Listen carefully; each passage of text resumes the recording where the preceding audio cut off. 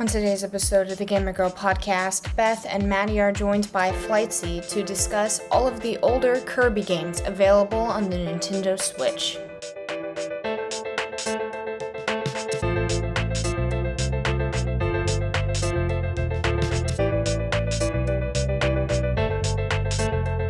Hello, and welcome to the Gamer Girl podcast. I'm one of your two fabulous hostesses with the mostesses, Beth, and we are joined by the other half of the podcast, my wonderful co-hostess, Maddie. Hello.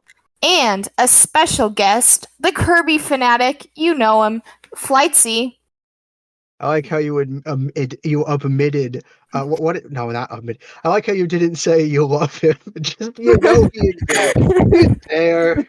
He's around. I know about him. That's good, but he's a good person. Yeah. But anyways, on the topic of Kirby, today we're talking about everyone's favorite pink ball of destruction, Kirby, exciting bikes, and more. But first, let's break ice with today's icebreaker. So, Flightsy, what icebreaker do you have? I don't. Wait, I have to bring an icebreaker. I mean, you don't have to, but I've come up with something. But when all else fails on this show, you can just bring up Crispix. Oh gosh. I've eaten those. They're good. They're fine. I mean, they're not bad. I ate all my cereal dry. It was fun to make Preston eat them with water. That was fun. But I don't know. Watch that. What? The stream. Yeah, it's Crispix. I have them. We haven't really eaten them since we first tried them, but they're pretty good. They're not bad. Well, do you have any other random question of any kind besides Crispix, or are you just going with that? I don't know. I have to think of a question. This is pretty tricky. I thought the icebreaker was I had to answer a question, which I presumed was what are you playing, and that would be the ice broken. I didn't prepare a question. Let me think. What we is can the do best... ours. We can do ours. Okay, yeah, that's a good idea. Yeah. You don't have to bring an icebreaker as a guest, but we've had some fun ones in the past. Everyone. You know, I'm fine. What's your favorite icebreaker? What's your favorite icebreaker? We're going meta for this one. What's your favorite icebreaker that you've ever had?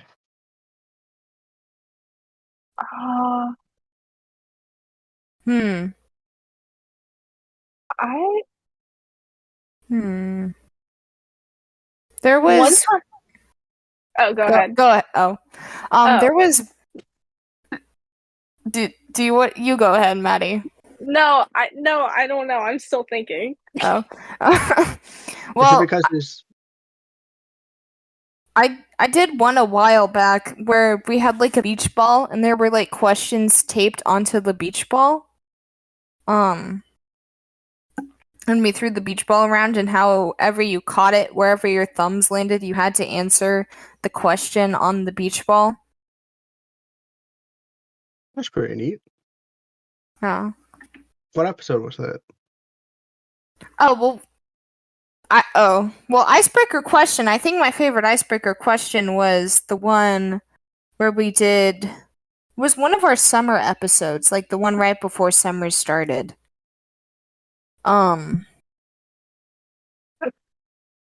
you know what the episode was about? I remember it was something about summer. The icebreaker was. Actually, no. I think my favorite one, was actually when I had Colo on and he asked me what tree was my favorite. Because he looked out his window and saw trees and was like, "Oh, that's a great icebreaker. What is your favorite tree?" Wow. What did I you remember answer? One time we had a conversation about if aliens were... Didn't we have a conversation about if aliens were real and all of that kind of stuff one time? Probably. Yeah. I thought that was for the Splatfest though. I think it was. Oh, maybe. They're probably real. They're probably real. Gonna be honest, they're probably real. That's my official position. You can quote me on that. I'm like blanking on it. It's hard when it's at the beginning of the episode. My brain, like, we podcast for so long that it's like I don't remember the beginnings of the episode. Actually, I don't remember anything. Podcasting is a very strange phenomenon where it's weird because I listen to tons of podcasts, okay, and I remember a lot of what I listen to, but then when I think back to like the podcasts I've done and what I've talked about, specific things I say I don't remember, and then if I go back and listen, I'm like, huh. Like, I don't feel like myself when I listen back. That actually makes sense, I think, because, like, I mean, how many conversations do you have in a day that you don't remember, right? Like, you talk to a ton of people all the time. And so talking, whereas when you're listening, you're, like, paying attention concertedly. Where when you're talking, you have more of a natural thing, and your brain's probably not going to log it all. And so you're probably... Like, again, it's if you think of it less as a podcast I was on and more as a conversation I happen to have, it makes a lot more sense for you to forget about it. Yeah.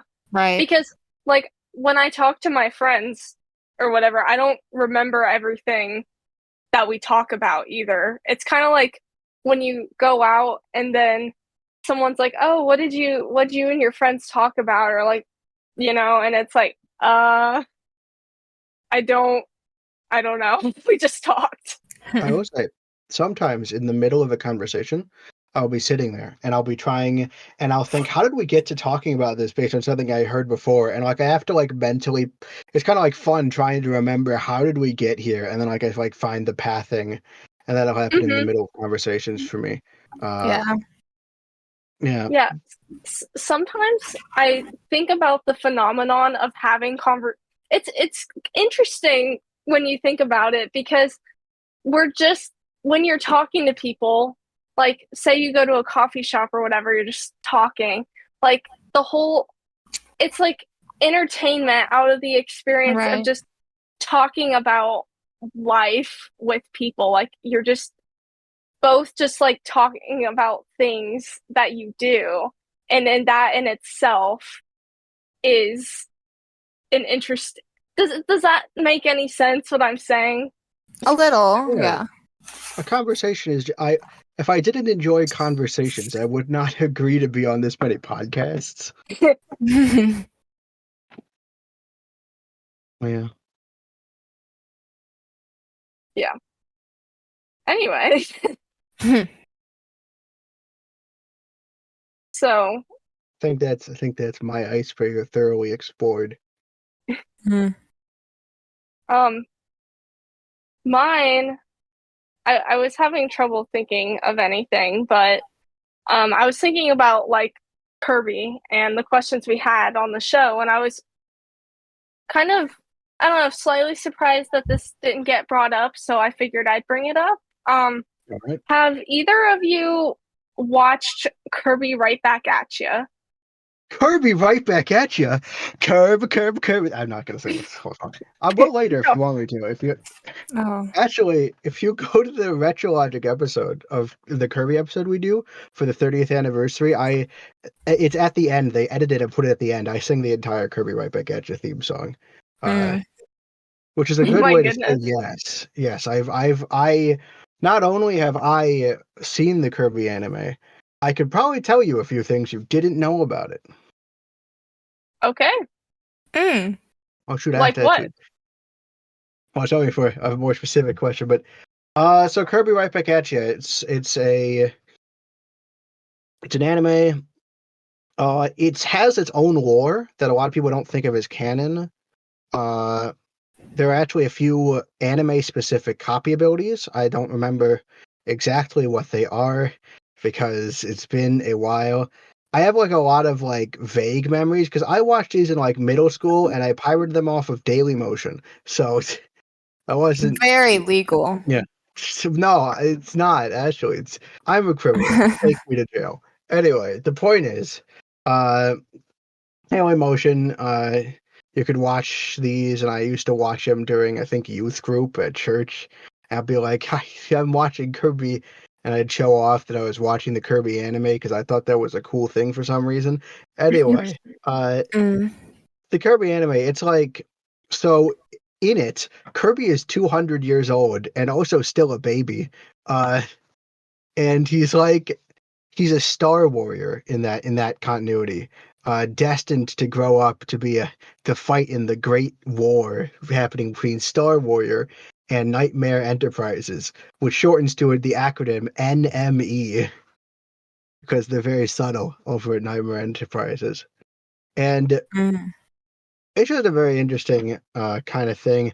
They pull quite a bit of stuff, a lot of it from Superstar or Adventure, because obviously Nightmare Enterprises is headed by Nightmare, the main enemy in Kirby's Adventure. Sorry for spoiling, but it's very interesting. There being a 4Kids production, it has a lot of differences from the Japanese version. I was gonna say that's who made the first Pokemon anime too, or the first few seasons. And I'm sure as a Pokemon fan, you know the jelly donuts thing. Uh-huh. Yeah. Yes. There are a ton of random little things. One of the most interesting things to me is the theme songs are different, right? There's a Japanese theme song. There's actually 2 Japanese theme songs, because the Japanese, halfway through the series, they get a new theme song. And so like the Kirby anime theme song, it's like this very it's this doo-wop kind of like jazzy Kirby, Kirby, Kirby, that's a name you should know. Kirby, Kirby, Kirby, he's the star of the show. He's more than you think. He's got maximum pink. Kirby, Kirby, Kirby's the one. It's that. You get the idea. And then in the original anime, it's like this like happy-go-lucky, like kind of like very kind of almost beautiful march. It's like you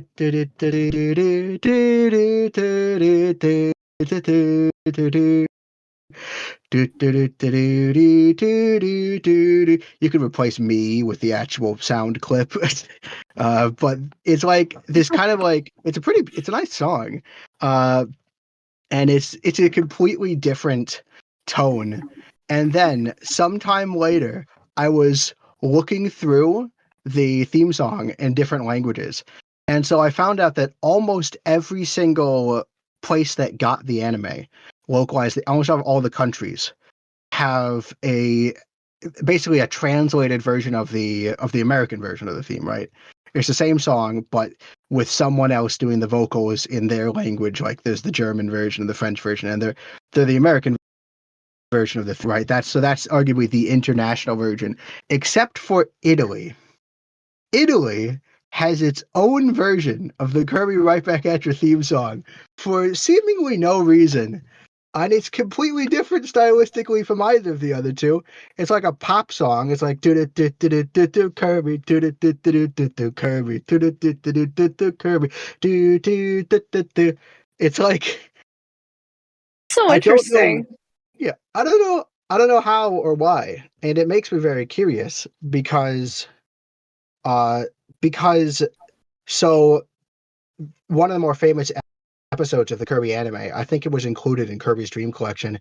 It might not have been because I have a bad memory, but I know the first episode and the one where he sells the Waddle Dees is in the Dream Collection. But so one of the more famous episodes is the one where they make a cartoon, like they're parodying it, like, oh, we make the cartoon, and DDD basically makes a version of the Kirby anime where he's the star, and in it there's a parody of the Kirby anime theme song, which is, I found the Japanese version. It's so they parody their respective version of the theme song, but I haven't been able to find the Italian version of the episode, so I can't verify whether or not they parody the Italian theme song for that like piece of the episode.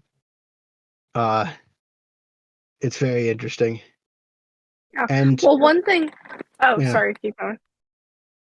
So I don't need to. I'm almost done here. One of the side effects of this theme song change the Japanese anime has a lot of songs that use the theme song as a leitmotif. Like it's soundtracked. Like the anime has a mostly custom soundtrack, which is replaced by like 3 Kirby songs in America. So there's tons of scenes that had like their own remixed to like soundtrack versions that are just retaped by a generic Kirby song, which is it's just kind of it's just very interesting how much this kind of like theme song kind of like branched into like how much like the consequences of these little changes kind of bounce off each other. Yeah. Mm-hmm. So, I have only seen the 3 episodes included in the 20th anniversary, the collection on the Wii. So I am not well versed in the show. However, I've probably, as a kid, I probably rewatched those episodes to the equivalent of the length of the whole anime. So there you go. 100 episodes total. But one thing I found, I thought the voice acting was just great with King DDD and I don't know, the snail guy. I do not know who that character is. Escargoon. Escargoon. Okay. It's a play off of escargot. Escargot is a French snail dish. That's actually pretty great. And then you also have the Pokemon. Choose a play on the same. I should try that sometime. It sounds delicious. It does. Yeah. Try it on But stream. anyway, so I was just curious if you guys had watched it because I've only seen those episodes. I wanted to watch the rest. I just never got the chance to. They released a Blu-ray in Japan for the 30th anniversary. But I'm guessing that's only in Japanese. Only in Japanese, yeah. It's a shame. You haven't experienced such gems of episodes as let me think. The one where you haven't experienced the absolute gem that is the episode where the 2-part episode where the world almost dies, like a meteor almost hits Earth and not Earth, Popstar, and like everyone is like in this apocalypse kind of one. Or I think they like in their final days they're like I have just vague memories of this weird episode where like everyone's convinced the world is gonna end and like it gets really close to ending. Good times. Glad that's in there. I've only seen like clips from a couple of the episodes.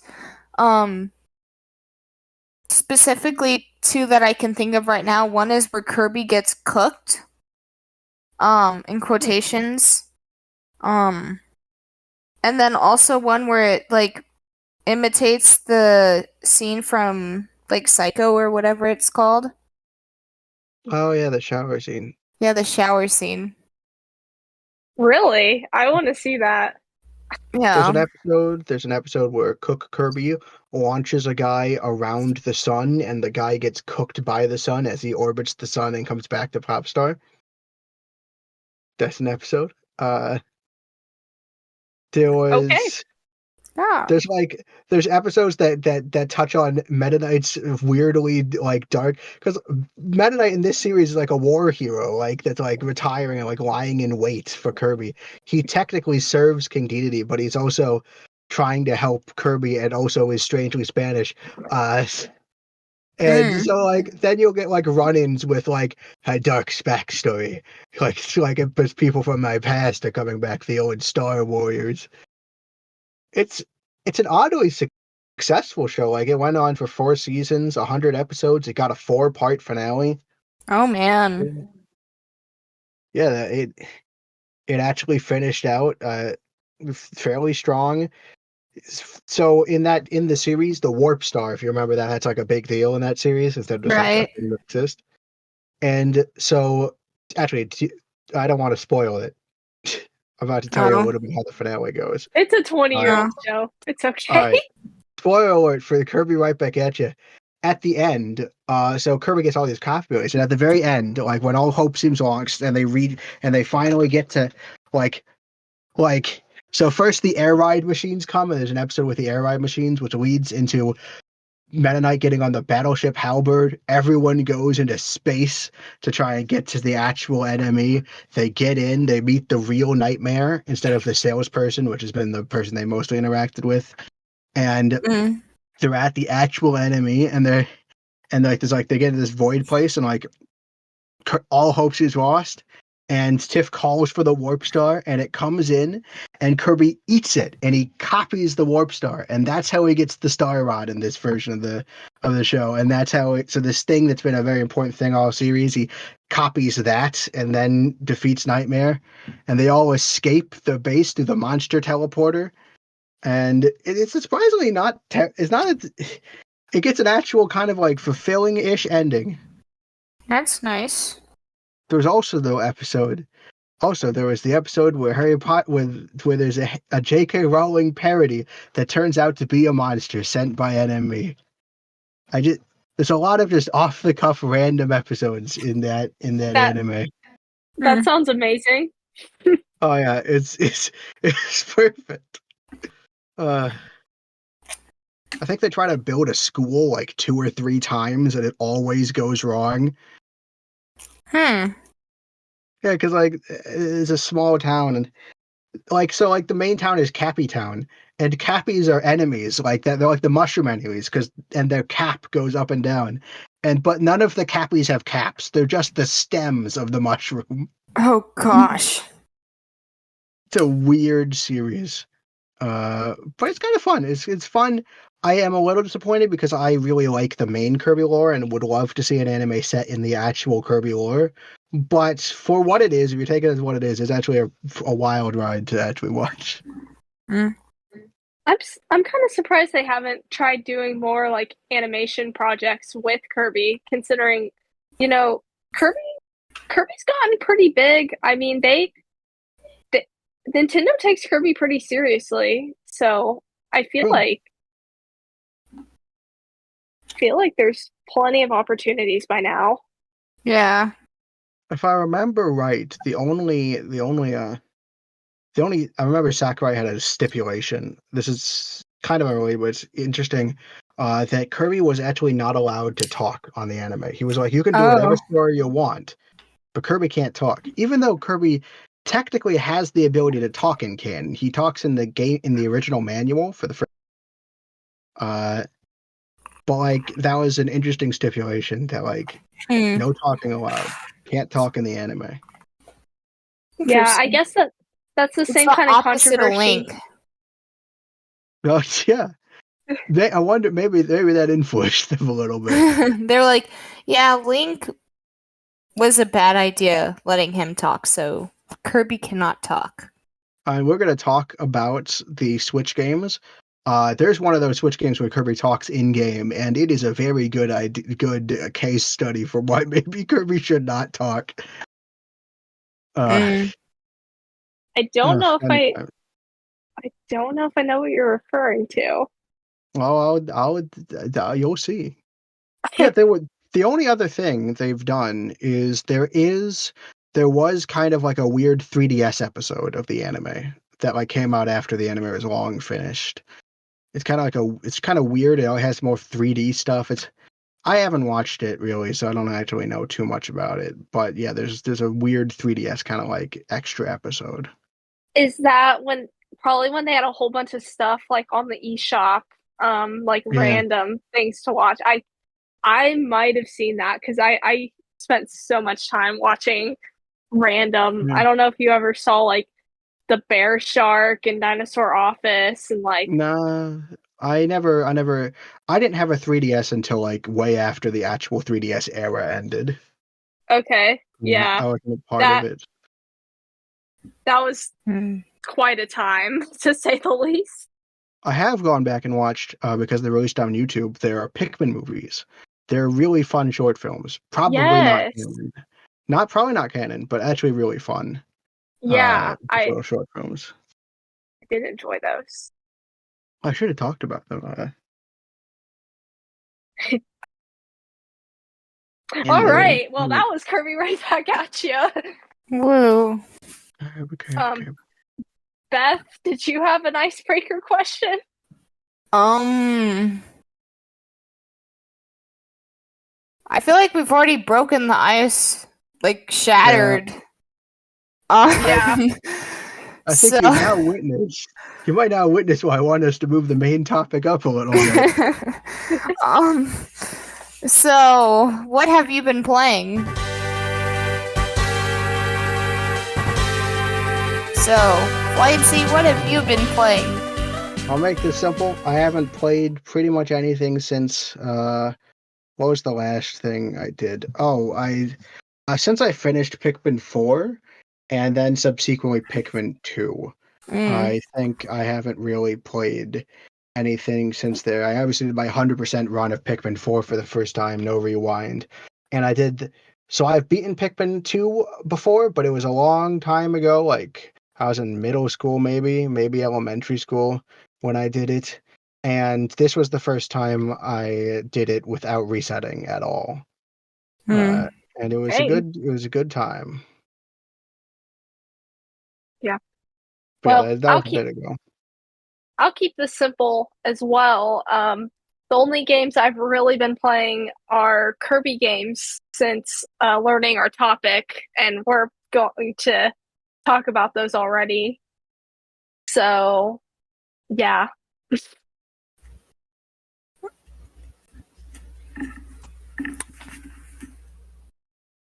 Beth? I have been playing Animal Crossing. What? Yeah. Because, Animal Crossing New Horizons, because I got my OLED, and so I'm continuing to get an island together, a new one. So. Okay. Oh, did you decide on the topic? Yeah, I'm going with Paris. Okay, cool. Oui, is that from? You can have the escargot. Oui. Yes, it is a French. This a Wanderfag. Oui. Yeah. Want the baguette? Well, actually, no French. We got a pomme au chocolat today, so I'm very excited about having that tomorrow. Why, it's good. I love pomme au chocolat. Delicious. I don't know what that is, but it sounds like it would taste good. It tastes very good. Anyways, speaking of pomme au chocolat, reviews.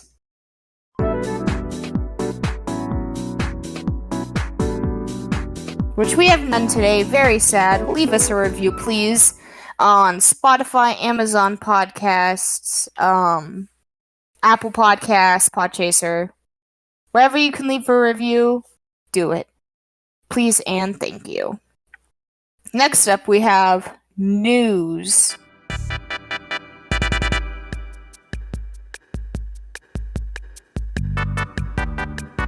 So, starting it off on kind of a sad note, Charles Martinet is no longer going to voice any of the various Mario characters and is rather a Mario ambassador now. So that's lovely. Any comments on that? I think it was bound to happen eventually. And I was listening to All In talking about this, and one thing that they pointed out that I kind of thought was neat was, so one of the last things he did was, I guess, since he's not voicing in Wonder, and I don't think there's been anything else, but in the Mario movie, he got to play as he was kind of like that side, like, person, like, in front of the Jumpman reference in the movie, and then he also played Mario and Luigi's dad. So so that was kind of cool because he's like it was like a literal and like figurative symbolic kind of thing for him to like, because his voice, he's kind of like the father figure of the characters. And he pulled, I mean, there's a very famous story about how he invents Luigi's personality because they don't have a Luigi, like, he was like doing voice work for like a booth, right? Where like you could see Mario and he would speak and the Mario face would animate as he spoke. And people would ask for Luigi and they didn't have a Luigi model. So he'd pretend Luigi was too shy to come on to the screen. And you could argue that might have actually influenced how Luigi's personality develops, which is kind of insane. Right. I mean, I hope that he's happy in this role. Like, so we were informed that it's happening, right? We don't know, as tons of people on Twitter were speculating, right, about like whose decision it was. And I just hope that it's something that he chose for himself, because that changes the color of everything, right? It's heartwarming if he's like, well, I'm getting too old for this, but I'm going to still try and help people around the world. If that's his choice, I think that's a nice kind of ending for him. But it all depends on stuff we kind of don't know. Right. I think that they did end on good terms, considering that he is in this ambassador role. I don't think this was some like abrupt change. Who knows how far out they planned this, but I don't get the feeling that, like, I feel like this was something that was probably they've seen coming for a while now, and the Mario Ambassador title was just like a good way for him to like be able to like keep up, like, because he's still, even with someone else taking over, like, he still is Mario, kind of, basically, because he started it all.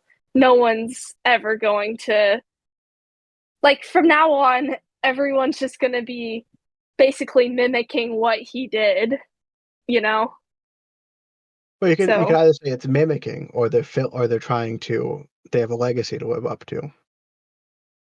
It's a framing thing. Yeah. I wonder if we're gonna get, so Martinet voiced a ton of people, right? I wonder if we're gonna get different, if some of the voices are gonna like split, right? Like not ever, like, are they gonna get a Martinet replacement, or are they gonna get a Martinet, like, or is Mario gonna get his own voice? Is Luigi gonna get a separate voice actor and stuff like that? Right. Because they could, because that's something.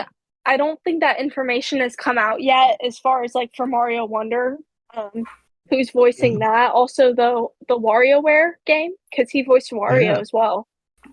Yeah.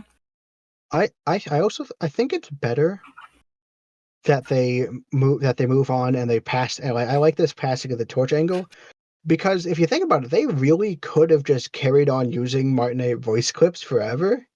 Right. They could have just kept it like that. But I do like that they're passing off the torch. I like that more than just kind of like reusing the same clips over until the end of time and stuff. Yeah. It gives some freedom for future games. I mean, technology is going to keep furthering, so not that I don't know if audio is going to change, but also just having freedom for Mario to sort of like evolve as well. Yeah. I like the idea that a new voice actor, like we've talked about mimicking, but I like the idea that a voice actor has an ability to put a stamp on this character. I like the idea of all these long form franchises. They're not just one person's kind of masterpiece. They are a passing of the torch through time. Yeah. Yeah, that's a good point. It kind of makes me think of when Veronica Taylor the first voice actor of Ash, right? When it changed, or is that the current voice act? I get confused with their names. Oh, for Ash, yeah. Yeah. Anyway, when the original voice actor for Ash changed, and now the current, well, Ash isn't, rest in peace, but but when the voice actor changed for Ash, it was like really it was sad and kind of challenging to like adjust to that. And then ultimately the current voice actor for Ash ended up voicing Ash longer than the original. And like when you go back, you watch the older series or you watch the current, I mean, people, have their opinions or whatever on the Pokemon anime, but like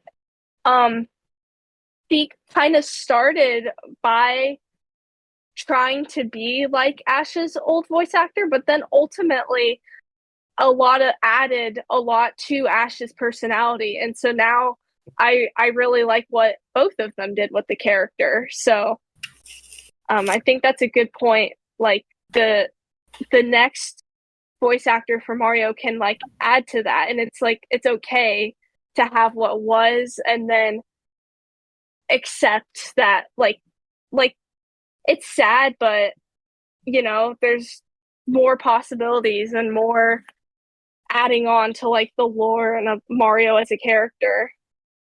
Yeah, I mean, yeah. Have you ever read the Pokemon manga actually? I have. I've not all of it, but I've read through Diamond and Pearl. It's probably the only piece of Pokemon media I've actually managed to like stick onto. And I don't know why I brought it up. It just kind of came into my mind when we were talking about the anime. I hadn't watched the end. I had so many ways I could have taken this conversation. I chose the worst branch. Why did I do this? the Diamond and Pearl manga is great. Yeah. I have it actually. Diamond and Pearl was my last one because I was planning on playing Black and White to go because it was my the only Pokemon game I've ever actually really played is Black and White. I mean Black and White because I got White, then begged Dad for Pokemon Black, thinking it was an entirely separate game. Dad pointed out, I don't think this is an entirely separate thing, and I said, Dad, I know this is not just the same game with like minor regional differences. And then he bought Pokemon Black for me, and it was the same game with minor regional differences.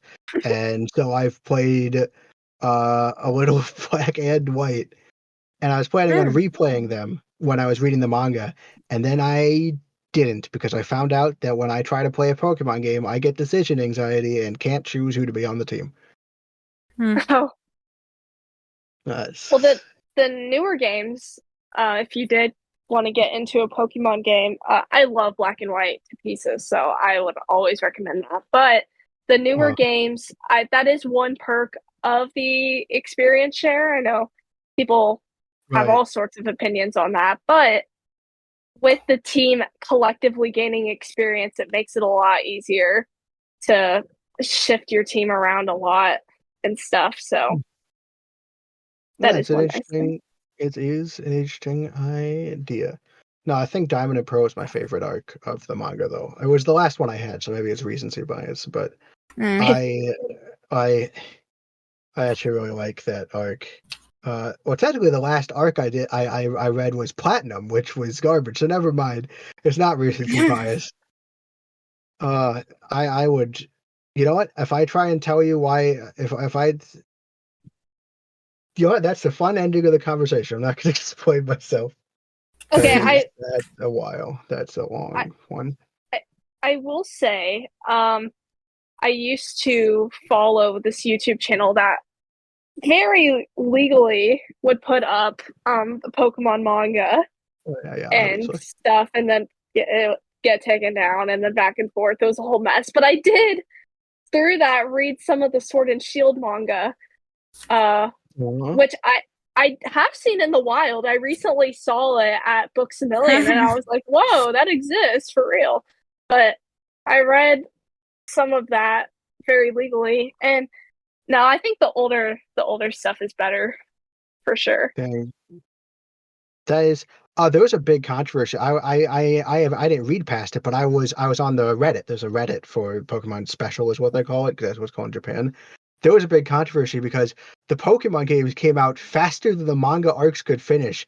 So they'd be like trying to do them concurrently, and you saw a noticeable drip in quality as they tried to make manga series on 3 games at once and like rushed things to ends and so like that's right. The Pokemon schedule didn't just affect the games; it screwed up the manga too, which is really interesting. It's kind of terrible.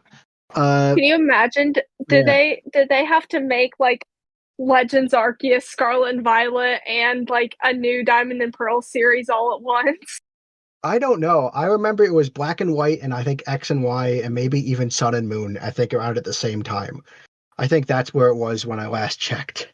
I don't know if they've continued, because the thing is, when you're doing it, because in the olden days when they started, there was a longer time you could fully cover the game, but you have to cover the game when it's out, because that's where you get your parody, where you're like, oh, it's popular and the manga's on that arc right now. But the big problem is then you can't satisfyingly close arcs because you have to start new ones before you're done with the old ones. Yeah. It's a minor insanity. Well, what's interesting with that though is meanwhile you have the Pokemon merch line if you keep up with what the Pokemon Center puts out, and they are just jumping all over the place. Like they'll have like some Mega Evolution related stuff for whatever reason, and then they'll have like Pikachu and Hoenn and just like the timing, it doesn't make sense, but it's cool that they do it. That is cool. It sells probably no matter what. So that is true. That is true. Yeah. But while we're on this, while we're on the Pokemon manga, I do want to say though my favorite is the Hoenn series, the Ruby and Sapphire. That is interesting. Because the two main characters, like by the end of the series, they like kind of become a thing, and it's a classic romance. So don't read any of the Hoenn sequel arcs, because if I remember right, they take the amnesia thing and like they run with it, and basically you don't get to see their relationship progress. They just kind of slide back into the same will they won't they again. So it's kind of best to just not read the Omega Ruby Alpha Sapphire. That's the consensus I saw on the Reddit, that it was that it didn't continue past it, or it slipped back into the earlier phase because people are in love with the will they won't they dynamic.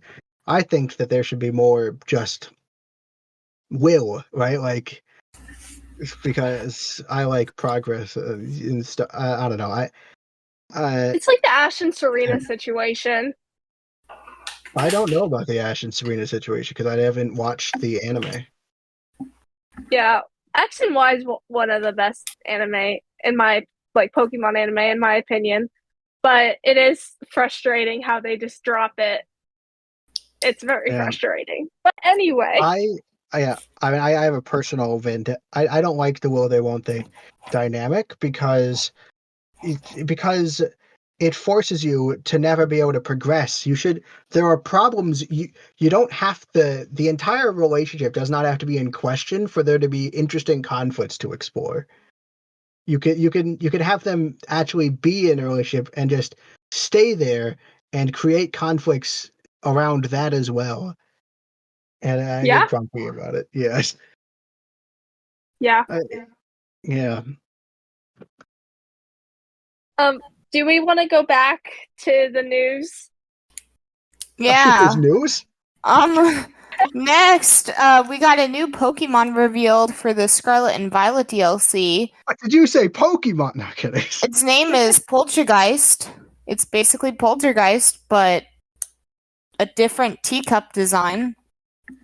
Wait, is there another Poltergeist Pokemon that's also a teacup? Yeah, it's called. Yeah. And Poltergeist. I'm so mad because it's not a regional variant. Why are they doing this? Because they're like, it just is somehow ended up looking different. I'm like, why though? They had this concept. It was just fitting everything into such a nice little box, having these regional variants. You can remake the Pokemon, and there's like a lore reason behind it, and it's great. And then in Scarlet and Violet, they were like, well, actually, let's make some Pokemon just because, like Wiglet, and Wiglet's just existing, Toad's cool, just exists.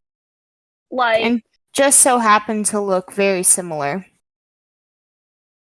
That is interesting. I don't know about Pokemon taxonomy. Are they related? Are they actually in-game related? Because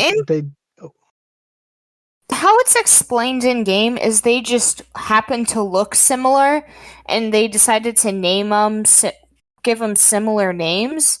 Wow, and it's just like, oh, it just so happens that Wiglet looks just like Diglett.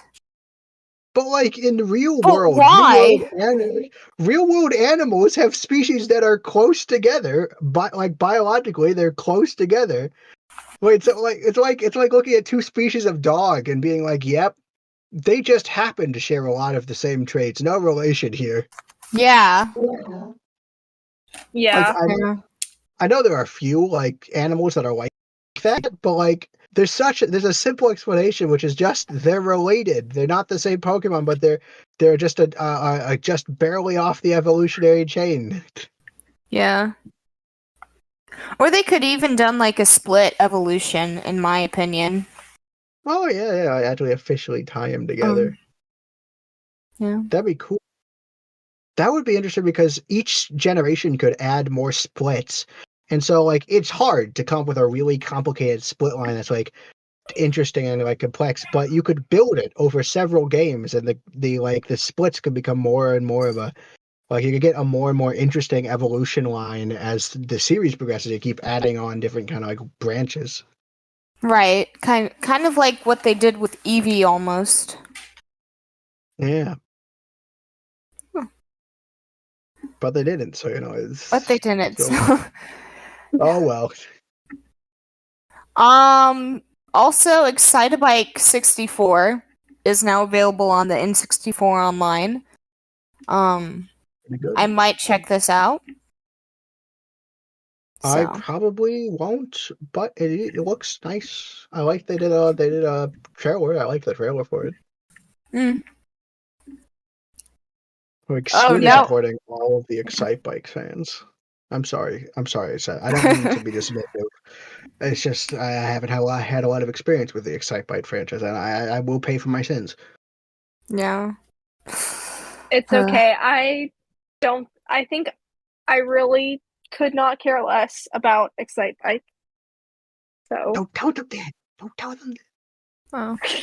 I kind of like the Excitebike track in Mario Kart, and then I did play the original NES, and I couldn't figure out the controls. Which it's so simple, but it's hard to get the timing and everything. But to be fair, I tried out the original Mario Brothers. It was hard to get a handle on the controls. So maybe we could theoretically go a little. Maybe you have to go to the Excitebike 64 to get the one that clicks with you. Maybe. Well, now we get to the fun part. I have Nintendo. It is canon. Big Man is evil and a traitor and horrible and mean, and that proof is in the trailer for a new song getting released by Deep Cut called Big Betrayal, and it's all about how Big Man betrayed Shiver and Fry and left them to go record a song with the Squid Sisters under an alias, and that Big Man is evil. This is a podcast of no misinformation, and you're breaking the rules. I feel misinformed right now. I don't know what's going on. What happened? Let me find this. I can get trailer. Okay, big betrayal. I'm looking. It's about how Big Man decided to make some music with Callie and Marie, right? Yeah, who Shiver and Fry absolutely love and adore. Oh yeah, I think I remember hearing those from my friend. Like he does it under a pseudonym, and that's how they do Splatfests and like the DLC, right? Like because there's the DLC where it's in the Splatoon lobby, and so there's the Squid Sisters will do the Splatfest, but then they need a third person, so it'll be like the Squid Sisters, and then Big Man's just there for no reason. I think that's what I heard, at least. Okay, well, so first we have Shiver saying, "Yo, Big Man, want to explain this photo because it looks like a thoughtless, careless chump cozying up to those Egopolis sisters." Okay, I'm gonna stop you here. We're not gonna go through the entire song lyrics, right? Big Man. That's No. just. All right. Big Man, basically, Big Man's in denial. Yeah, see? He is evil. He is in denial. First off, I don't like calling anyone evil. Okay, he's mean. See, look. And then Shiver says, "Aw, don't worry. It's nice to see you having fun with new friends." Bam! That's sarcastically. All right. Here's the thing that I'm thinking about that I don't think you guys are considering. This is a song released to the public, which means it was at some way planned. They're doing this argument, but they're staging it. They're recording this. I think this might be a little bit of a publicity stunt. That's most logical to get attention. I mean, they stage this big fight. They involve themselves with another popular group, and I don't know. I just don't want the three to actually be in a conflict because I want them to just be good friends, right? I don't know much about them. My analysis might be way off base, but the fact that this is a song to me implies that they are at the very least milking everything they can out of the situation. And I just don't want them to be in conflict with each other because like it makes me feel sad to see these three friends be. Obviously, I know they have petty conflicts when they do the flatfish, but I do want them to just be. I don't want them to actually be in like. Yeah, I want to. Yeah, it's kind of like how Beth and I are good friends, yet we choose to keep having arguments about Big Man, Shiver, and Fry. But we do it live on a recording podcast. So clearly, if we were actually upset and having an argument about this, we probably wouldn't record it and put it out to the public if we were actually angry at each other. See? Are you sure about that?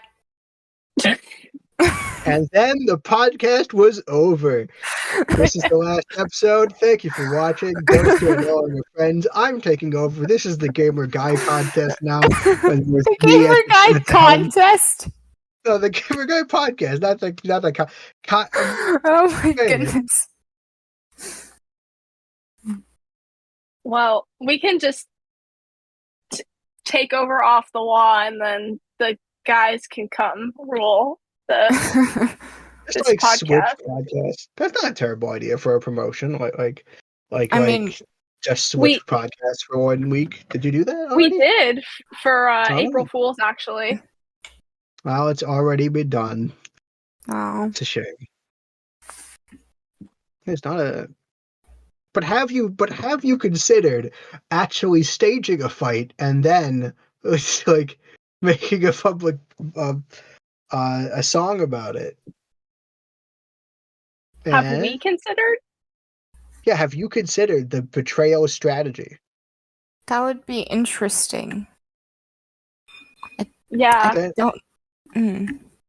I think it's a great idea. I think we'll fight over Big Man and Crispix and country music and Country roads, take Take me me home No, what am I to doing? the place I belong.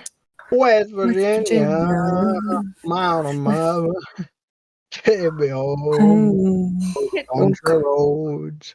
My mother is she has a master's degree in music education, and she told me that "Take Me Country Roads" is more of a folk song than a country song. So, despite it being about country roads, that actually isn't a great example of country music. Yeah. I can Sorry see to that. disappoint everyone. I still can't get over how there's this one Ghibli movie that is just obsessed with the song, like the whole movie. Wait, really? You're pulling my leg. That's not a real thing, right? No, we watched it together. It is. I'm The not Country kidding. Road Ghibli movie? I can pull it up. What's it I called? don't believe you. I refuse to believe you. It's What true. is it called? It's character- called Whisper of the Heart. And they are obsessed with It's specifically Country Roads Take Me Home. Yes. Yeah, There's but like a in whole dub of Japanese. it. Yes. Over the next day, she catches a boy who annoys her by teasing her about concrete roads, a set of original lyrics describing Tama Nuan that Shizuku based on the song Take Me Home Country Roads. Yeah. Oh no. It blew my mind when I saw this movie. Yeah, you need to see it. I will see that. It'll become like the third or so anime I've watched, right? Like what were we talking about? News or something? We were talking about the big betrayal. In quotation marks, because it was staged. No, it wasn't. It's kind of like celebrity shows. Yeah. Okay. It might not be totally factual, but there's some truth to it. But there's also some truth. I would not be surprised if there's some amount of truth to it, but I don't think that they would make the song if they weren't if they were actually like there's a point, like it's clearly not too bad because you don't make a song about it with the guys if it's that bad. If it's actually going to be like a really bad thing, you wouldn't make it a song. Exactly. So I wouldn't be surprised if it's based off of like a kernel of truth, but it's clearly being blown up purposefully. It's clearly purposely being sensationalized to the benefit of all three of them. Yep. But if there's some truth of it, Big Man did something bad. So. I mean. So, sure. Do you play Splatoon, Flightsy? Oh no, actually, I mean, okay, not none. I burned out really hard on it when I was during the comeback Splatfests. Because I had this idea of I'd play Splatoon, and so Splatoon 2 had something called Final Fest, right?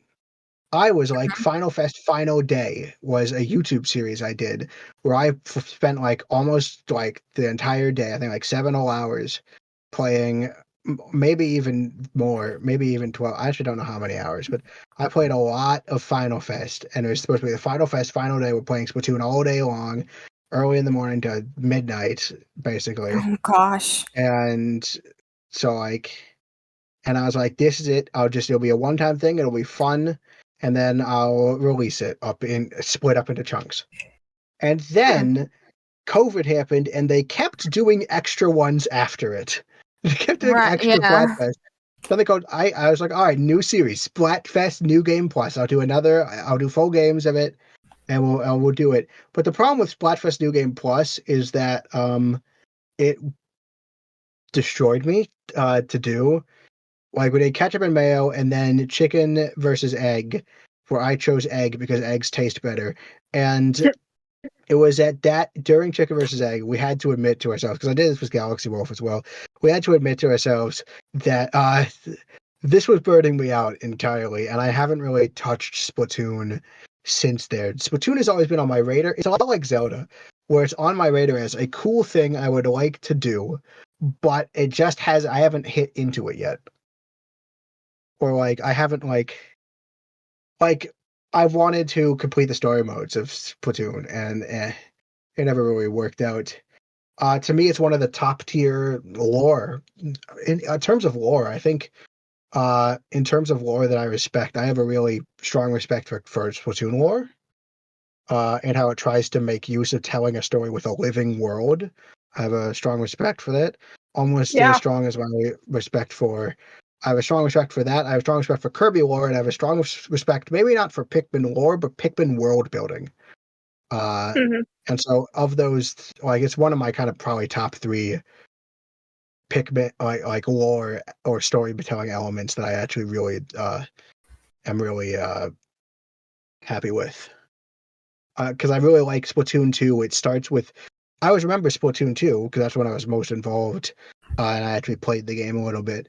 They show off Pearl and Marina for the first time. You recognize Marina's an Octoling, but nothing's really said about it. They have the Splatfests, and one of the advantages of releasing Splatoon 2 before Octo expansion is you get to kind of build up this mystery, right? Okay, with this Octoling as one of the idols, and then you get to like every Splatfest is a new shifty station, and those are like built like the domes, and it's like these really cool like world building kind of things. It's kind of like a living world, and trying to build a story off of it. I mean, I love that all the music is composed by in-world artists that have breakups and band breaks up and splits, and that like one of the songs, Pearl and Marina are now doing a new song and a new style after the Splatfest ends, with them talking about trying new things, and Now or Never has like different remixes as someone new takes over for composing most of the music for the sport. They get their own take on Now or Never, and the idols get their own take on Now or Never for the Splatfest. And I love this. I love like that kind of like putting in the context of like a real world band's one of my favorite lores of any Nintendo franchise. I think it's, again, top 3. Right. Yeah. Well, would you be team Shiver, Fry, or Big Man? I just want them to be friends. I just want them to have a good time. No. There can be bickering. Bickering can be fun. I think that arguing can be very fun sometimes. But I want them. I am team friendship. I don't want them. I don't really have a favorite because I haven't played much of Splatoon 3, and I just want them to have a good time together. I want them to be having. Okay, but friendship is not politics. So but which friendship would be the best starts leader? with FR. Yeah, but video games aren't politics either. So it's, But the question is which would be the best leader, though? Which would be the best leader? I'm going to say I have not played enough of the game to give a solid answer on that, because I don't know as much about them as it's like ranking the games, right? I'm a bit nervous about ranking the Kirby games because I can't honestly say I know enough. Well, actually, I probably do know enough to rank them, let's be honest. But I would say I do not have enough information to make an informed judgment on who the best of them would be to lead. Yeah. See, this is a fun tactic you can use in your friends called cowardice. Well. Do you know what else starts with FR besides friendship? Fry. And speaking of Fry, Mario Wonder Direct. So Maddie and I reacted to it, so you should go check that out. Fry? Wait, how is that speaking of Fry? Fry looks like an elephant? Yeah. What? No. No. I am. We do not speak of that. We do not speak of Elephant Daisy and that abomination. Well, that's not very nice. I don't like the elephants. It could look significantly worse, though. I will say that. You're hurting their feelings. The elephants have feelings too, Okay. They're the same character. That is true. Transformed into an elephant. Really? That makes me think of... That makes me think of the question, would you love me if I were a worm? Would you love me if I were an elephant? Well, that's a different... Here's the thing. My take on that question is, it depends on if, like, are you saying, would I love you if you turned into a worm? Like, because then I would assume I'd be like, oh no, I don't have a girlfriend, so I don't actually have anyone to talk to say this about. But if I knew the person before they turned into a worm, that would change my answer to then if I just encountered them as a worm. Right. So because we know the people before they become elephants, I would say I do love them if they're an elephant. Right. Well, the thing about their design, you know, it's really not that bad. It's fun to like laugh about it and be like, oh my gosh, look at Toad, looks like he's wearing a diaper. And, you know, Daisy is interesting. But, you know, I think it'll grow on us as we play the game. If it's I don't have an issue with it. Like Fry. Oh, is that the connection? That's the segue. I understand the segue finally. Yeah, it'll grow on us just like Fry grew on me in her big forehead. And then last thing in the news is Borderlands 3 Ultimate Edition's coming to Switch. I don't think any of us really care about that too much, though. I wouldn't phrase it like that. I mean, you're not wrong. I would say that none of us are personally invested in it, and that it's very good that the people that get Borderlands, like, it sounds like a nice thing, but it's just something that we are not personally invested in. Yes. Which is the thing you said, but said with more neutrality. Right. Yeah. To the credit of the game creators, I'm sure it's a good game for the people that are interested in that. Yes. Wow. Well, let's get into the moment you've all been waiting for, the gamer girl topic.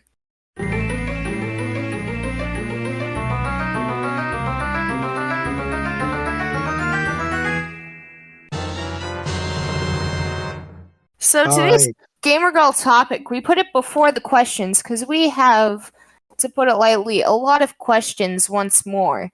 So we decided to get to the gamer girl topic swiftly. So there are 16 games to talk about. Oh, you had 16. I had 15. No, because I had 12. 13. I said I had 13, and then and then Madison adds, you forgot 2 or forgot 3, and I forgot 3, and she was right, so we have 16 now. Oh gosh. I can talk about this in any order. I will let you lead the discussion on this. But this is actually going to be one of the bigger discussions, I'm going to guess. Yeah. I think we should kind of like go in order of maybe release. I feel like that's kind of a natural flow. Release on the Switch or release in general? Like in general, because then we can. In general. In a lot of ways, besides the fact that we're missing the DS era, which is a massive chunk of Kirby, apart from that, we really kind of get to see like a huge progression of Kirby throughout all of the games that are available on the Switch. Yeah, it is. This is going to be an interesting one. Yeah. So, if you don't know, actually this connects a little bit. One of the things I'm doing is the Grand Kirby project, where I try to play all Kirby games. And I try to play all the Kirby games 100% recorded, so there's evidence. So I live streamed Adventure and I recorded Kirby's Dream Land. But like, I'm only 2 games in, so I can't offer as much. And then I'm also going to review them. So I'm working on my Kirby's Dream Land review. So this is something that I would love to look at a franchise as a whole like this.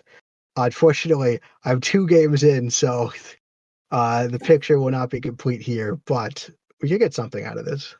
Yeah, that's okay. I don't expect. I mean, that's a huge undertaking that I don't expect to be necessary for a conversation. Like, I mean, obviously, it helps to know as much as you can, but yeah, 100%ing every game is a lot. Not even 100%ing. I do stuff that's not even required for 100% just because I feel like I can. That's yeah. So what are you guys? Before I have a lot of thoughts on Kirby's Dream Land, the original Kirby's Dream Land. I'm writing a review on it, I'm editing a review on it. So you can imagine that I have a few thoughts on Kirby's Dream Land. But what are your thoughts on Kirby's Dream Land? Let's start with that. So I played I kind of had an interesting start with the first time I played Kirby's Dream Land was after having played a few other Kirby games. So, it was a little jarring going back to it. The first time I ever played it was on the 20th anniversary collection, on the Wii The Dream collection. And classic. So, you know, I didn't have the Game Boy experience with it. I had the sideways Wii remote experience, but that's like the same buttons, honestly. Yeah. And then I just the other day kind of was playing around with it a little bit on the virtual console, and so I played it here and there. You know, without the copy abilities, it is still fun. It does feel bare bones compared to the Kirby games to follow it, but I feel like it was a really solid start on the franchise. It's still fun, but I can't say I enjoy it. Like when I want to play Kirby, like it's not really one I go back to. It's solid. It's just the other one, you know, it's just the beginning. The level design, it's fine, but there's just better options now, I guess is what it comes down to. And it's a Game Boy game, so like I can only play it emulated. So that sounds like a loser. It doesn't have a real Game Boy. Well, I could. I do have a Game Boy Advance SP, but I need the actual game, and I don't have that. So it's like a loser. It doesn't have Kirby's Dream Land. Sorry, I'll stop. I'm not a true Kirby fan. I didn't expect it to be. Wow. Right. Okay. Do we have any other? Do we have an opinion from the other Maddie? Maddie 2. I have played this game, but I only ever played it on the Wii U with the amiibo. I unlocked Kirby's Dream Land. What? With the amiibo. Wait, I don't know what you're talking about. Is actually. That like the NES remix kind of thing? Oh, NES remix. I don't consider that a Kirby game, but you could play parts of it, right? You could play parts of it, and that was. Wait a second. That's the only experience I have with that game.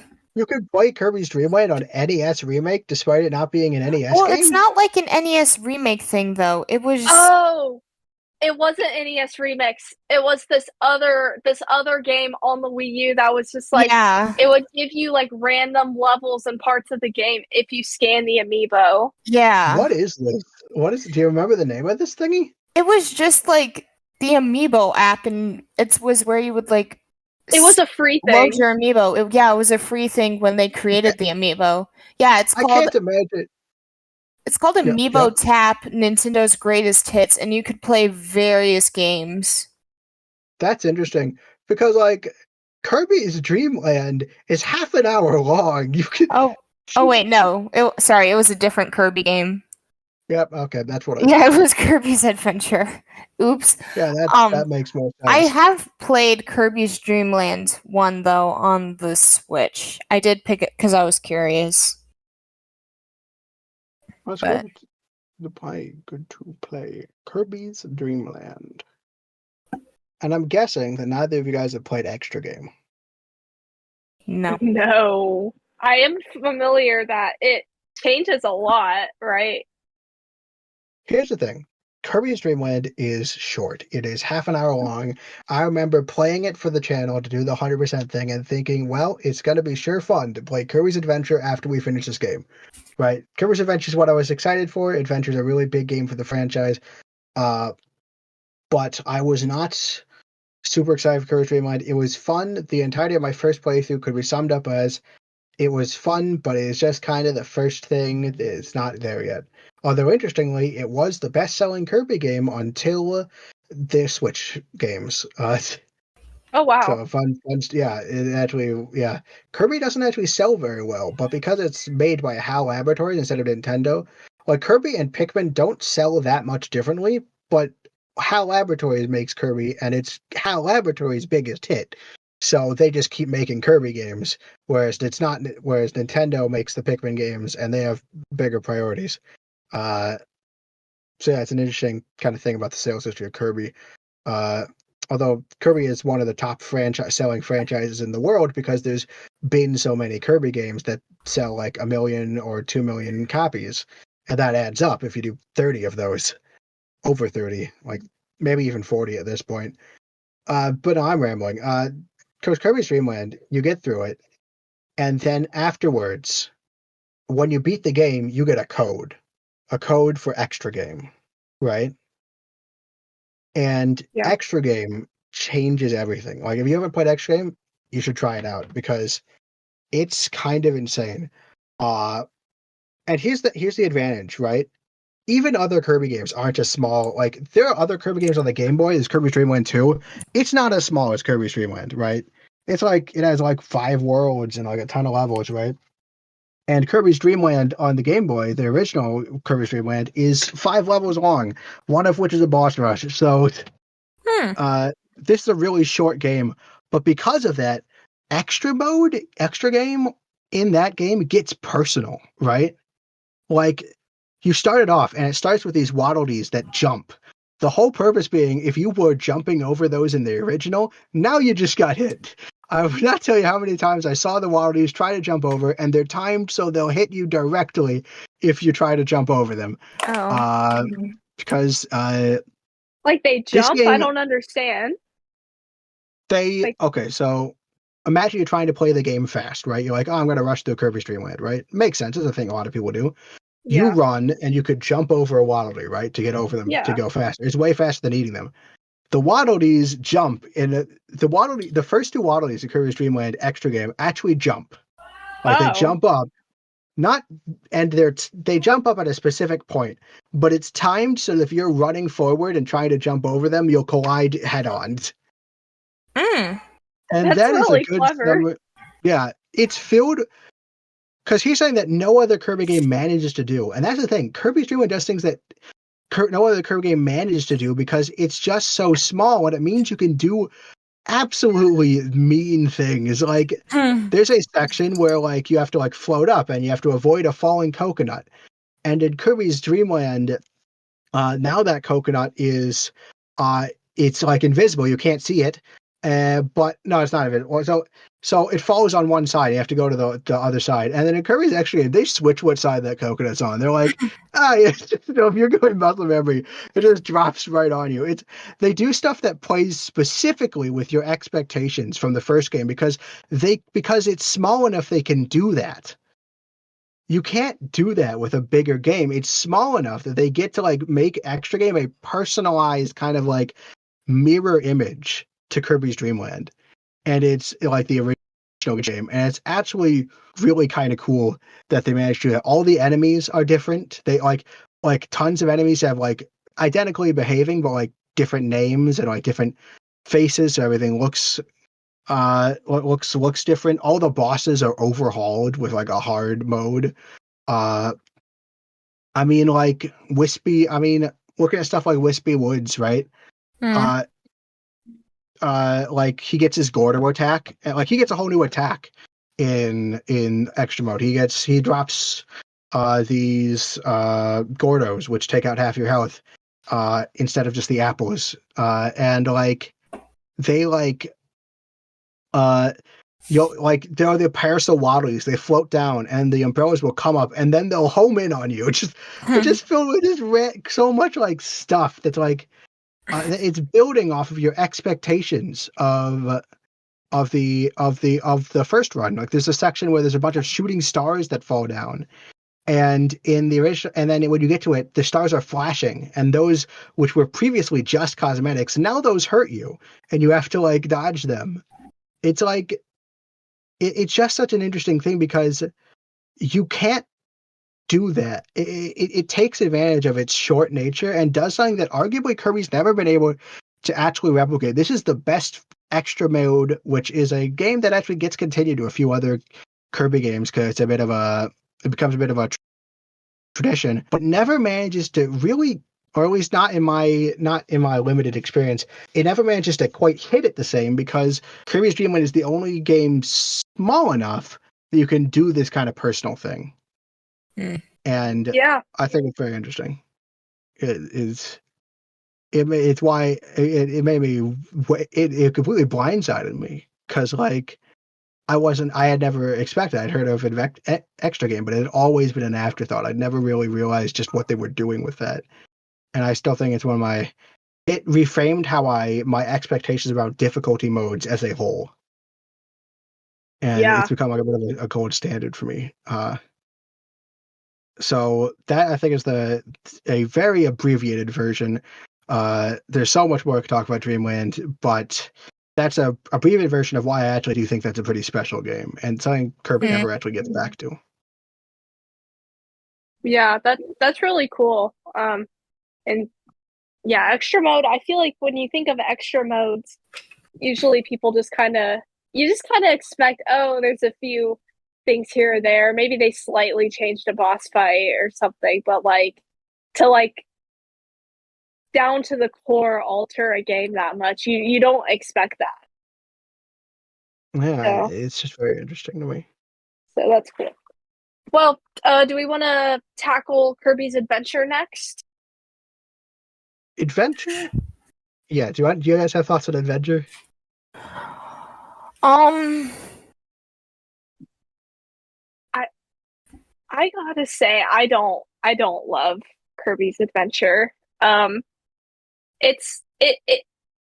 just went back to it recently when I was playing some Kirby games, and it's very slippery. I feel like I don't love how it controls, I guess. It's not bad, but I don't know. It's hard when there's something like Kirby Superstar, which we'll get to, but you know. Yeah, we'll get to Superstar. We'll get to Superstar. So, it introduced copy abilities, so that obviously pretty big deal.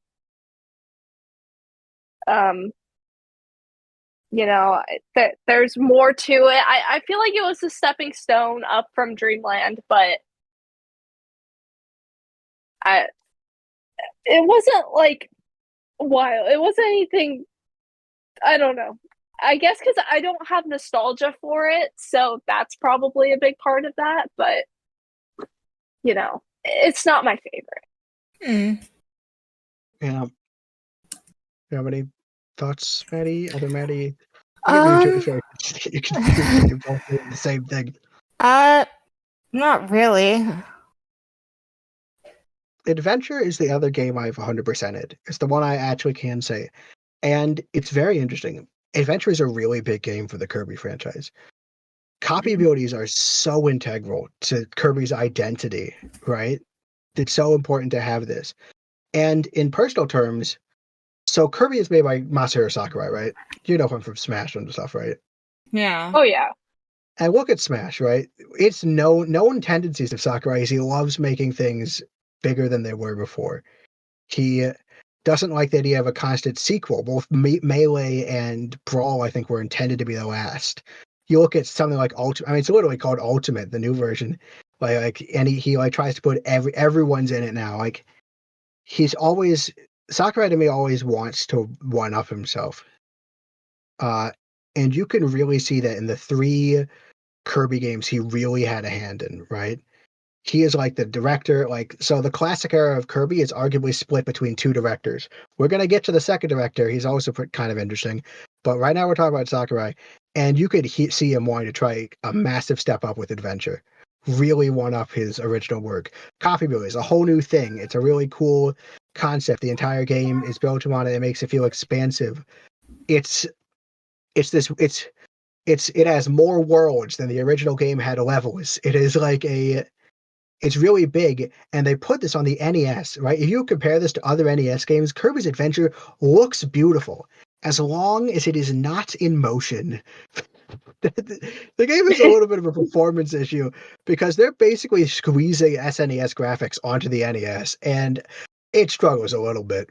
But you could tell just how much he wanted to make this so much bigger. It's this bigger story. And it is good. It's this really big game, and it's very great for the franchise. It kickstarts Kirby lore, right? So King Dedede is the main villain in exactly one game, the original Kirby's Dream Land. Then Nightmare appears. Nightmare is so important. It's the first time that you take Kirby and you peel back the curtain, and there's something that might be a little darker behind it. And in fact, the actual cover art for the original Kirby's Adventure has that little peel at, and there's like eyeballs in the shadows because Kirby basically starts to suck up the page, and you see a little bit behind it.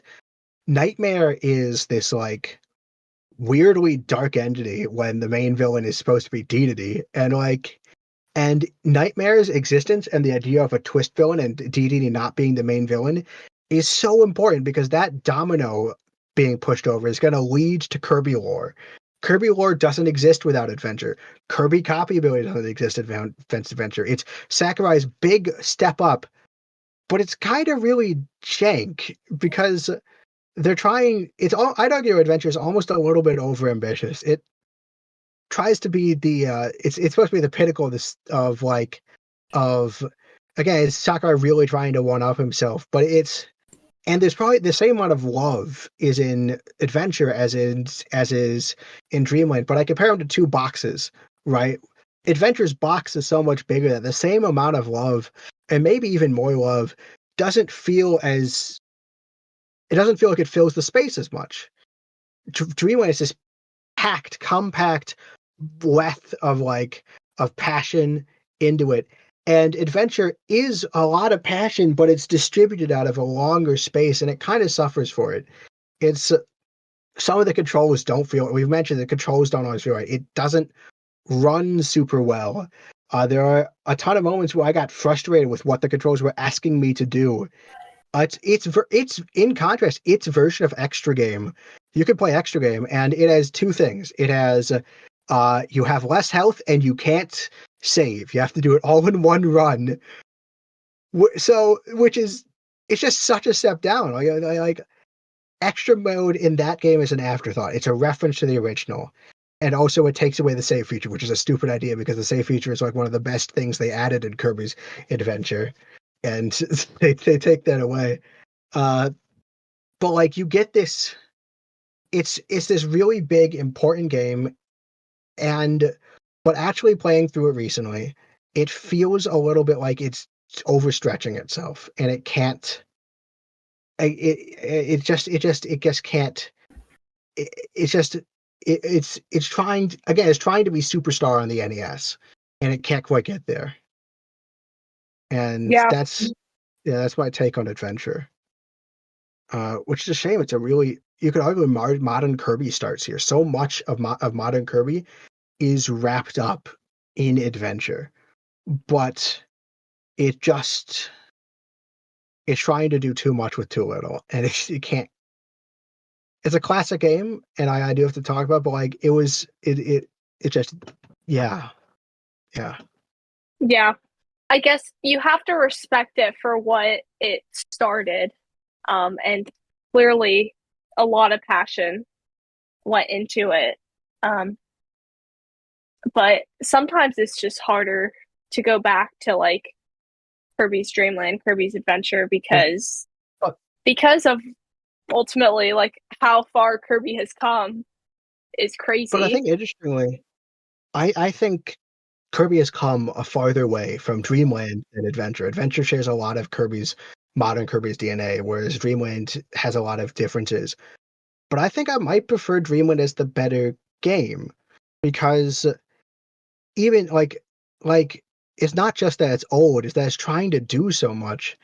And Dreamland arguably doesn't have as much going for it on paper, but it's built in such a compact way and like that it manages to squeeze all of its passion into a box and it fills the space better, if that makes sense. Yeah. Mm. Yeah, I see what you're saying. It's not just that it's old, but I think it's also like an actual difference between the games because Dreamland is older. It came first. Yeah. It's really interesting. Oh. Yeah. It makes me think of, because, you know, I think of things through the lens of Pokemon because that's what I'm a huge fan of. And it makes me think of like how like with Red and Blue, like those games, you know, you could look at them and say like, oh, they are just buggy disasters. Because honestly, it's wild that game runs at all with all the stuff that it has going for it. But you can see with that and with Gold and Silver how much passion that they had put into it, and like trying to like Gold and Silver, like they squeezed so like to the very like last bit that they could put into a Game Boy game into that. So it just made me think of that with the like both franchises kind of starting with sometimes it's kind of hard to go back to it in my opinion, but you know, I mean really with any franchise you go back to the beginning games and it's cool to see how far it came, but a lot of times there's a lot of that it can be buggy or just not control the way you like it, how we expect nowadays. Yeah, but I do think it's not just that it's that going back to it's hard. It's that Kirby's Dream Land is easier to go back to than Adventure. I think that's a very important part of what I'm trying to show off because Dreamland is earlier, it's older, it's missing a ton of Kirby DNA, but it feels more. It's not just that it's old; it's that it's trying to overreach. And the original Kirby's Dream Land doesn't do that. It actually takes its compactness and does something special with it that I argue Kirby's never seen again. I mean, obviously, there's a ton of great stuff in Kirby. I love Kirby, but like it achieves something special with it being this very compact, kind of like small 4-level game that adventures 6 worlds, despite being a massive step up, despite being so important to the franchise historically, it just goes too big too fast. It can't like keep it. Yeah. And that to me, I think is interesting because it's not just the old games can't do as well. It's that it's also compared to the original game that's trying to one up. It's like on paper it's better in every way, but like there are cracks that kind of are formed by just how far it tries to take it. Yeah. It's almost like Dreamland is like a solid like platformer, and then Adventure is where like it's like Kirby, basically, like you're saying, but you know, all the things that I'm basically just repeating what you've already said and stuff. Yeah, that's fair enough. That's Adventure. Do we want to go to Dreamland 2? No, because that's not the next game you can play on the Switch. The next game you can play on the Switch is Kirby's Dream Course. Oh, okay. 4th game overall in the franchise, because technically 2nd spin-off, because Pinball Land comes first, but you can't play Pinball Land on the Switch. I'm really sorry. I asked Galaxy Wolf about it. She says it's actually not very good, so you're probably not missing out. But Dream Course is available. We gotta talk about Dream Course. You guys ever played Dream Course? That's the golf one, right? It is the golf one. Barely, and I can already tell I don't love it as much as you. I'm projecting a lot of love here, so you could say that about anything. But, Beth, do you have a? As with the prior ones, I mean, I really haven't. I've never played this one. So once we get to the more like actually on the Switch, like first released on the Switch, that makes sense. I'll probably have more opinions, but for right now, I don't really have any. This might blow your mind.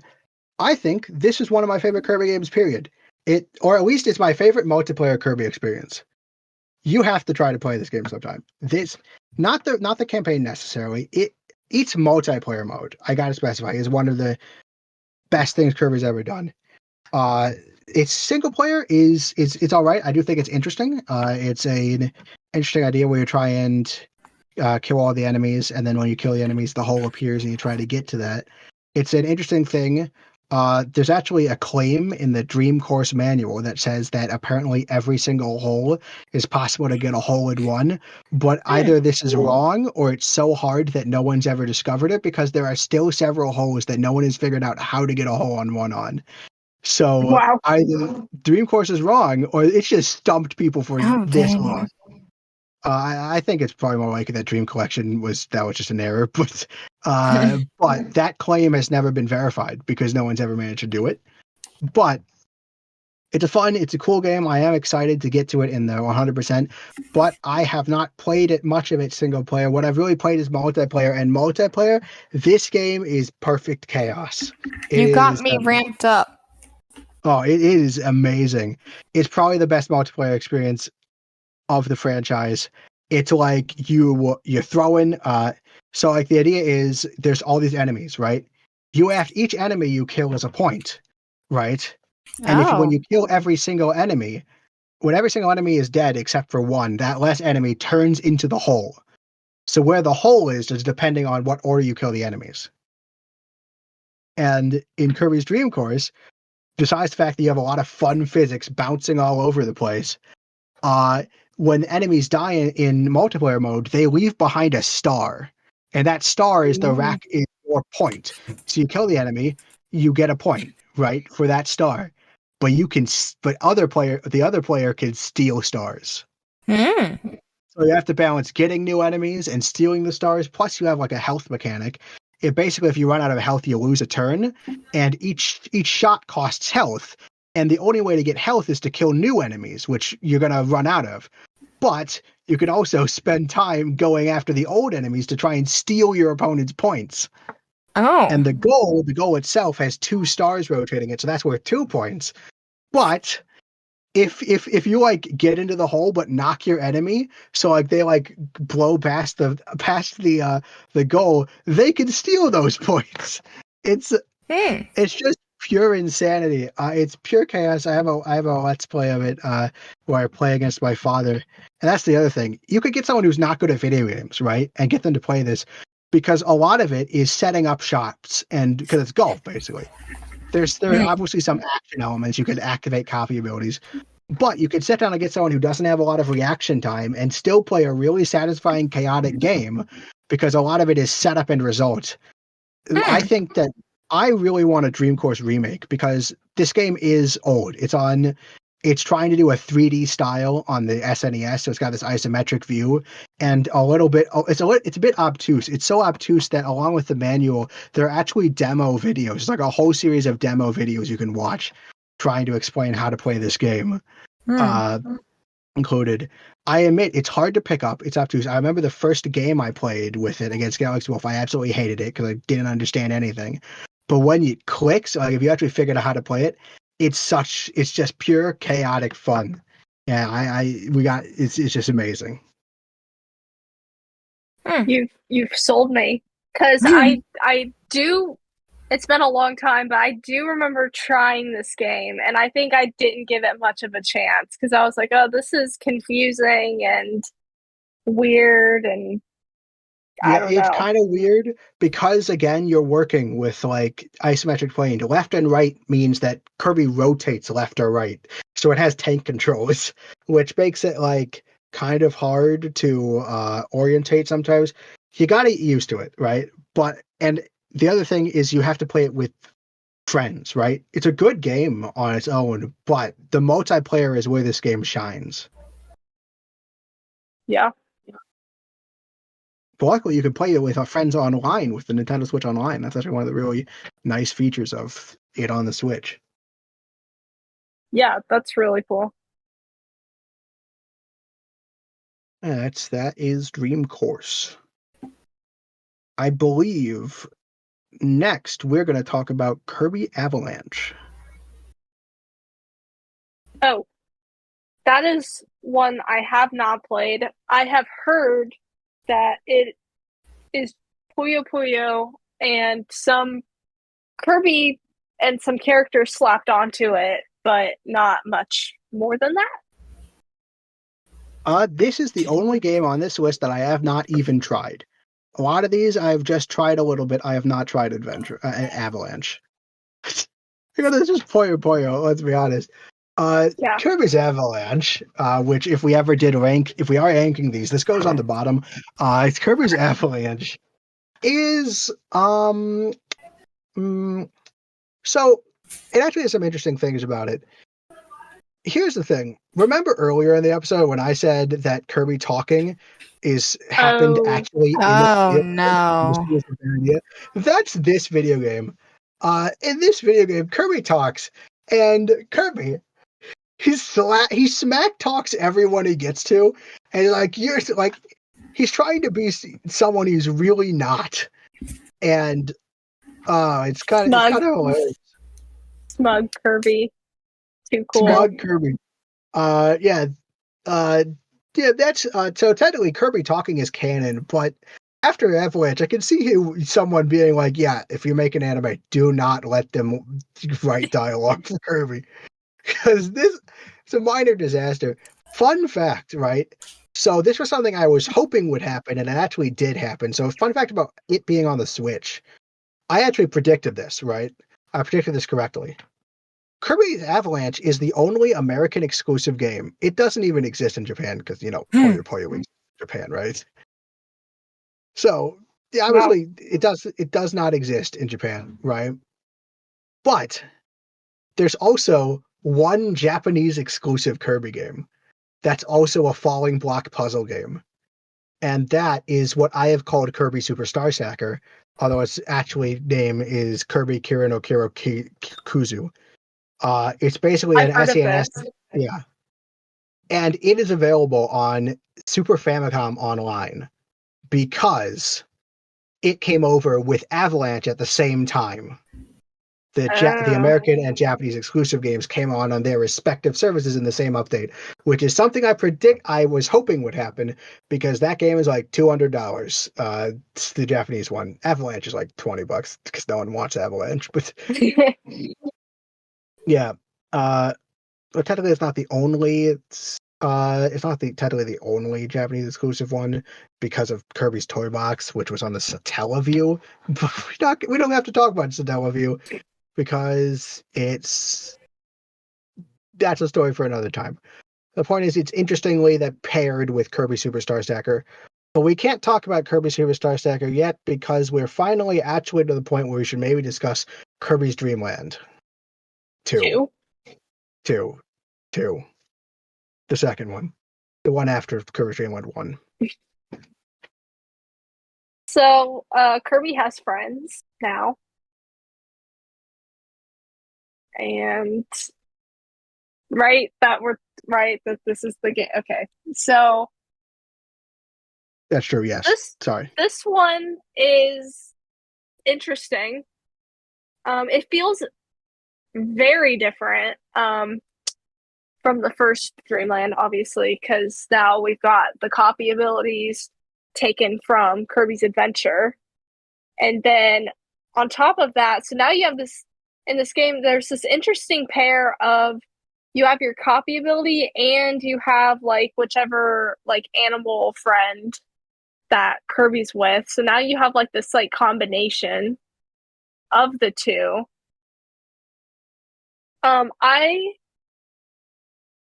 So the first time I played this game was on the 3DS Virtual Console. And at the time I really enjoyed it. And then I went back to it and I don't know why I mean, it's cool. Like because I used to think like, man, what? Because obviously there was Dreamland 3, but then they kind of dropped that whole aspect of the game with like riding the little like owl and the hamster and Rick. So the owl and hamster are Koo and Rick, respectively, and the fish is Kine. Okay. So sorry. I don't know. It's just it's interesting. And it's a fun game. I don't know if I have any specific, like it's not one of my favorites, but I also like, I'm like, it's fun. It's fun for what it is. Yeah. Do I have anything from Beth? No. I'm gonna continue a trio of somewhat disappointment. I actually don't have a lot of experience with Dreamland 2. Dreamland 2 is I had it on Dream Collection and I played a little bit of it, but I never finished it. Right? I never got through it. I don't remember a ton about it. So I can't actually give nearly as in-depth as a review as I want. So I can't do that, but I can give you some historical perspective, right? Remember earlier when I said that Kirby, the classic era of Kirby is split between directors? Yeah. May I introduce you to one Shinichi Shimomura. I don't know if I'm pronouncing that right. A famously reclusive Kirby developer. There's almost nothing known about him except that he directed what Kirby fans generally call the Dark Matter trilogy, of which this is the very first one. So this is not directed by Sakurai. That's kind of important because we're going to see a little bit of a fork here, in how they're in their styles. Yeah. Kirby Kirby's Dreamland 2 is it's an interesting it's a very, very interesting series because it's like it starts a lot of trends. So Shimomura's games, the animal friends, we're going to see more of them, but it adds a study of trying to like combine things, right? So you have your friends, you have your copy abilities, and each friend and copy ability have different combos. And that's an important thing in the Dark Matter trilogy, this kind of combo thing. In fact, by me saying that, you might be able to guess which 3 games are in the Dark Matter trilogy. But they also, you might also have to be able to guess the main villain of these games is Dark Matter. You might have been able to guess that because I've been calling it the Dark Matter trilogy. But Dark Matter, I think, is interesting as a Kirby villain. He's the most, I think, just point blank Eldritch Abomination of the Kirby villains. A lot of the Kirby villains have more flavor to them. They have motivations beyond it. Dark Matter is just like a cosmic horror full up. And yeah, he's Dark Matter. He is Dark Matter. Dark Matter is Dark Matter. He is the cosmic horror. He is And so we see these interesting threads start. Dark matter, combining copy abilities.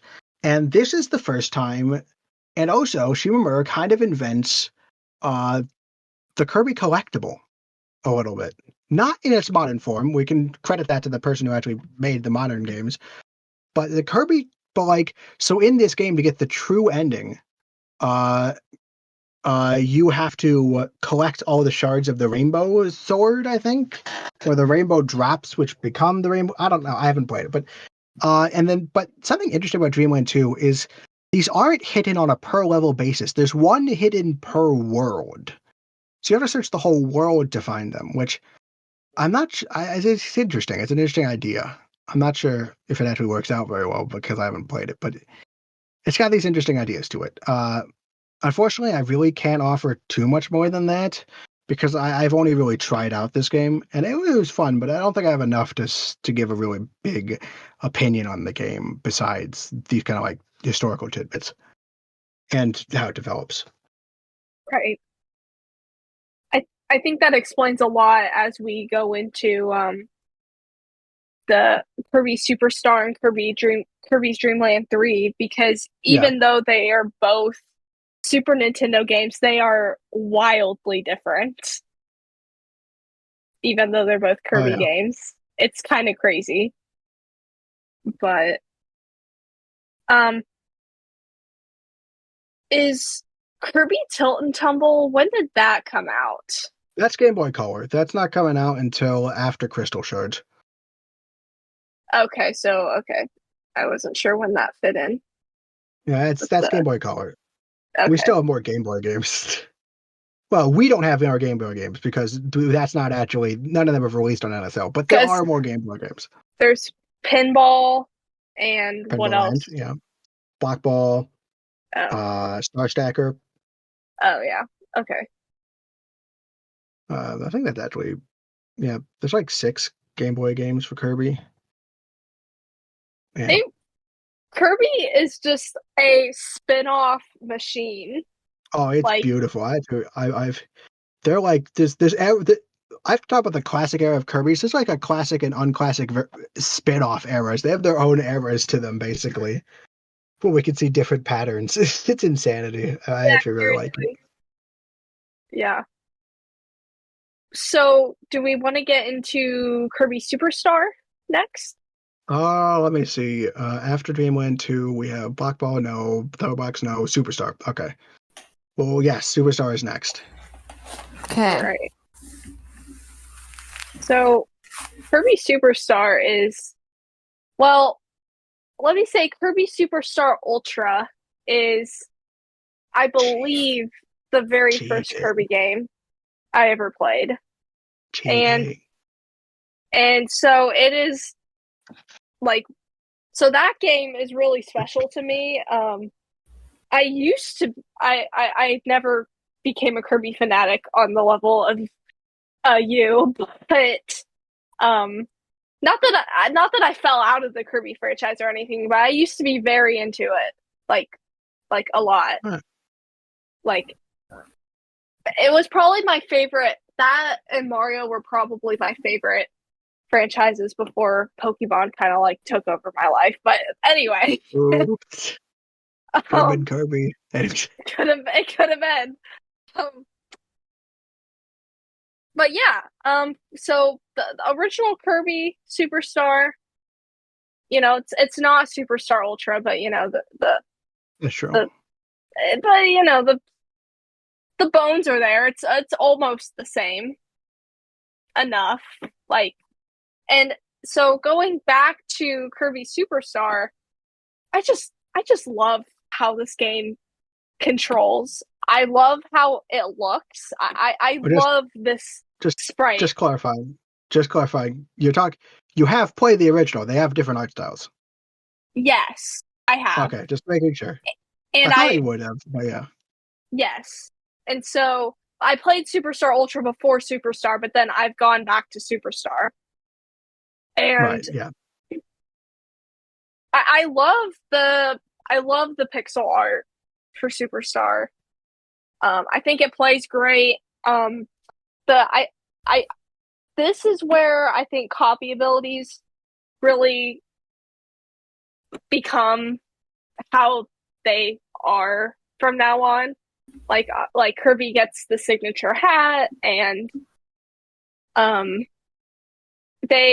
is this when they added like combos, right? No. More so? Well, no. Well, they're expanded movesets, right? You can do more with each copy ability, but I'm not sure how much. It's been a while since I played Superstar. I'm not sure how much of a step up it actually is from Adventure, technically speaking. I obviously but like there are, I do believe, increased movesets that like have more. It's more than just like one thing for each ability, I think. Yeah, I'm pretty sure. Yeah. At the very least, it's a little bit of a step up from Adventure, at least. Yeah. So, and then the main, like, obviously there's like a bunch of different like modes and like games and stuff, but basically there's like a Dreamland remake kind of is the Spring main. Breeze, yes. Not the main. Spring Breeze is there, but it's almost more of a prologue. Yeah. And then there's just a lot to the game. It's been a bit since I've really like dug into the game like a lot, but so I don't have a lot of like specifics, I guess, that I can pull out, but I just like my memories of playing this game is just I just had a really good time with it. It's personally one of my favorites. Maddie, Beth, do you have a hello? Huh? No. Do you have an opinion on Superstar? No. I don't. She's sleeping in the corner, probably. I really love this episode where Flightsy basically just took over Maddie. Sorry. No. So I've actually never played Superstar Ultra. I know it's a shock. Everyone's really disappointed in me. Same. You are not a Kirby fan. It's true. I'm sorry. If you need opinions on Superstar Ultra, contact Galaxy Wolf. Anyway,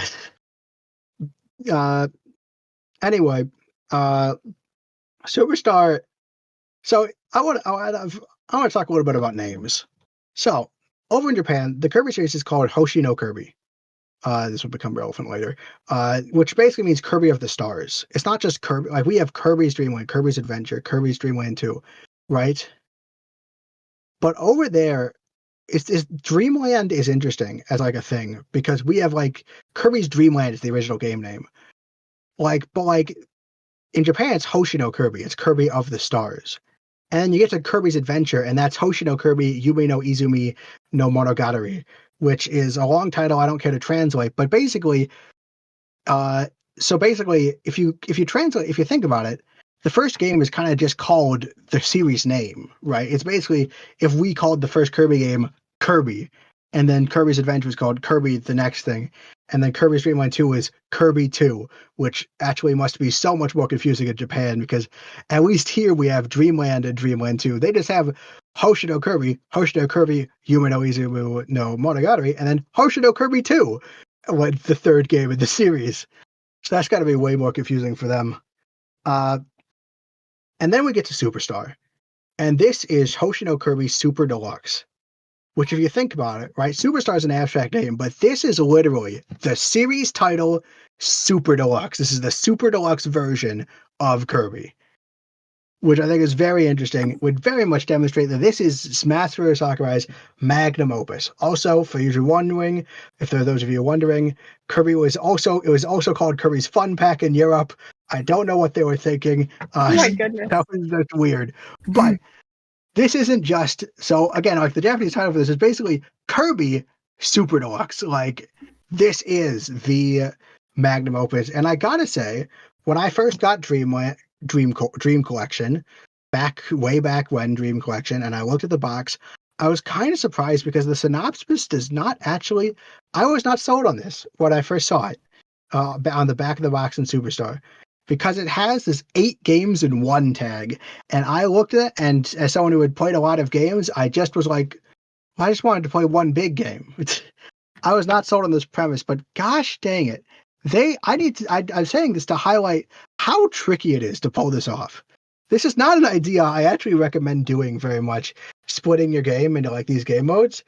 It is kind of tricky, but they managed to like thread this needle remarkably well, right? Like I was not convinced looking at it, but I gotta say, they do an incredible job with this concept of making it like each game is like different.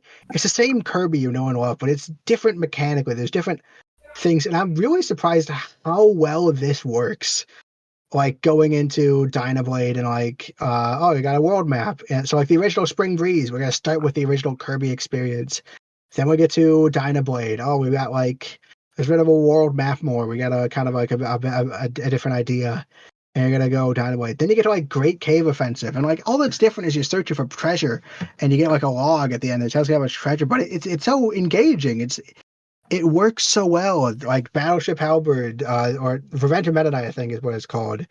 And Milky Way Wishes. There's so many iconic Kirby moments in this thing, and I am actually really quite shocked that they managed it to work. Because again, I was not convinced this was like a good idea going in. I think it just needs to be, and you can really feel that this is Sakurai's last game. This is his magnum opus. This is him being like, this is the super deluxe version of Kirby, and I am done after this. Because like he's put in everything he can into it. He's trying to take the copyability concept and explore it in as many different ways and fashion. You get to Milky Way Wishes, and it's like, well, what if you don't get copyabilities from copying people, but you get them as like permanent upgrades? You can switch between at any time, and like you can see him just trying to experiment as much as he can and just get out these 8 games and like just juice it as much as he can. I think it works when I don't think it even should. It's like it's just a very interesting thing, and there is a reason why this is considered one of the all-time classic Kirby games.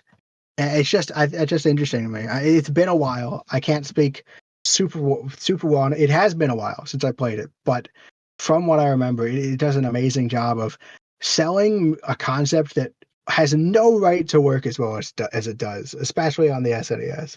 Mm.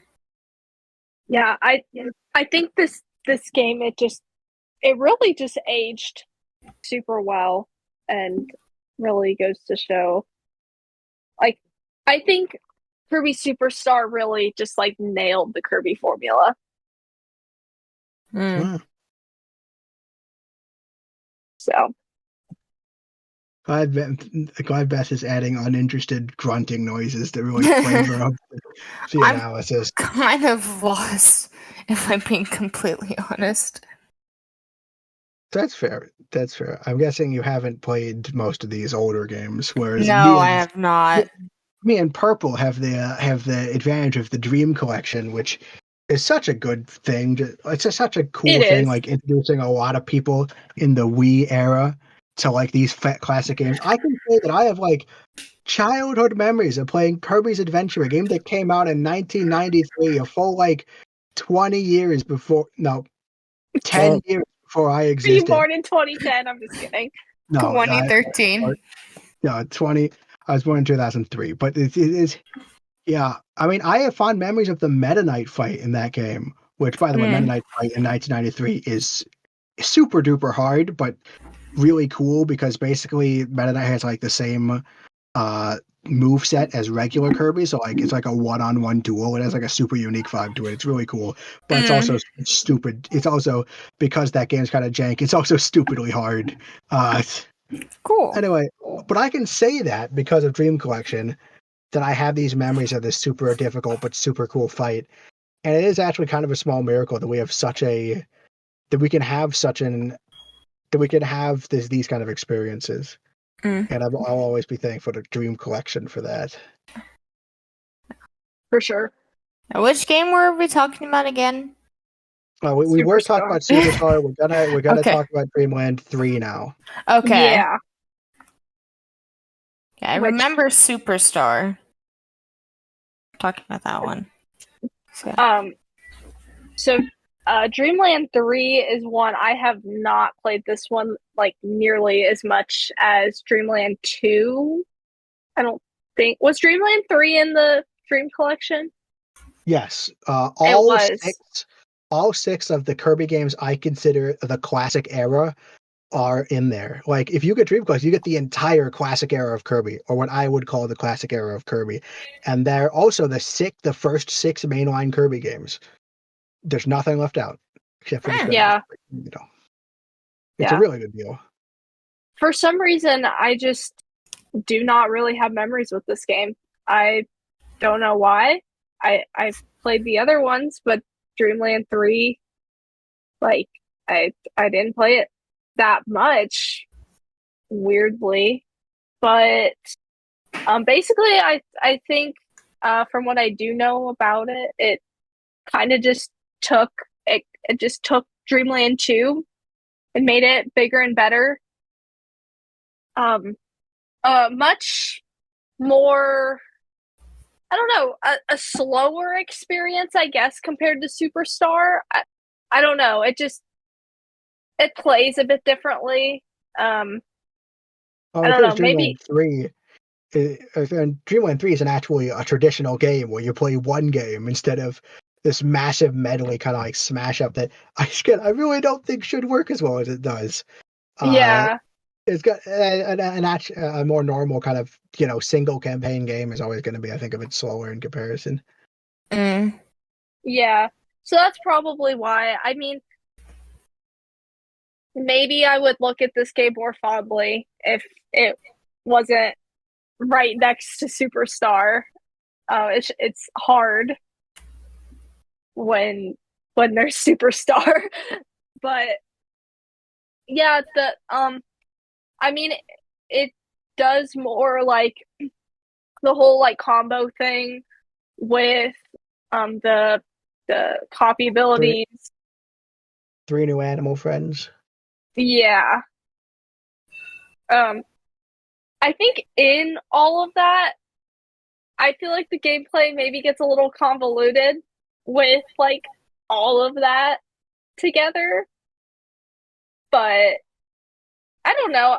It's still kind of still plays like a traditional Kirby. Like, I don't know. I don't have a lot of opinions on that. Yeah. Go ahead. No, I'm gonna talk for our ages. Just to say what you want to first. The Flightsy breakdown could begin. Kirby's Dream Land 3 is, as you probably guessed, the second game in the Dark Matter trilogy. It's not really a follow-up to Superstar at all, because it's a follow-up to Dreamland 2. It's Shimamura's second directed game. Again, the classic era splits, kind of, between the Sakurai and Shimamura kind of angles. And we see a lot of continuation. It's got a lot of DNA shared. You could definitely see these are two games developed by the same guy. There are some highlights. It has a beautiful art style. Dreamland 3 has this really beautiful pastel art style. It does. Which is really cool. It's really nice. It looks beautiful. We see, interestingly, it handles multiplayer differently. So Kirby games in the SNES era have multiplayer in them. And that was like the defining thing. You can get a friend to play with you. Superstar handles this with the helper, where like you could change your copy ability into a helper character which has an enemy. Whereas Dreamland 3 does, I think, a more standard approach where it gives you a character that acts a lot like Kirby in GUI. GUI, now I haven't done a lot of this. So here's actually another thing. This is another one of those games I tried out, but he does. I didn't actually play a lot of it. I actually have not played a lot of. I have not played a lot of I haven't played a lot of Dreamland 3. It's like, but so I don't have a lot of experiences. But GUI in this thing can use copy abilities, right? So at Superstar, you just get whatever copy ability Kirby had. GUI actually has copy abilities. He actually has copy abilities of his own. You can actually use copy abilities with him. Until he's more of a standard second player. Although GUI is very differently designed than Kirby. He's like a bluish blob, but he's more like a slimy character. He's gooey. He has his tongue he attacks with. Kind of interesting as a second player. This is so yeah. We see a lot of things return from Dreamland 2. Dark matter appears, and actually, so dark matter appears again. We see more animal friends. We have more of that combining thing that's going on. We have them going forward. Actually, so a fun fact actually, Samus appears in this game. Kirby, there's a level where Samus wants Kirby to kill the Metroids, and that's in this video game. That is wild. It is pretty wild. But like this game is just very so we also get we also get the return of collectibles again. So the way collectibles work in the Dark Matter trilogy is you collect all of them and you get the good ending. And if you don't collect all of them, you get the bad ending. Meaning that these 3 games are kind of the only games with bad endings that exist. Because this bad ending, good ending thing doesn't really catch on. It doesn't really exist beyond these 3. So that's something I forgot to mention in 2, because that was also true about Dreamland 2. But this time you got Heart Stars. Heart Stars, basically, Kirby needs to help someone in the level, and if he does, he gets the Heart Star. If you get a Heart Star in every level, you can create the actual real name, the Love Stick. And you can use the Love Stick to beat Dark Matter. Incredible name. I haven't played a lot of this game. I talked to Galaxy Wolf again because Galaxy Wolf has played a lot more Kirby games than me. But you know, I incorporate Kirby more into my identity. It's an interesting kind of thing. But the report from Galaxy is that the Heart Stars can get kind of cryptic. Sometimes it is hard to figure out what you have to do to earn a Heart Star. So I'm just gonna put that in there. That's a thing that I know about this game.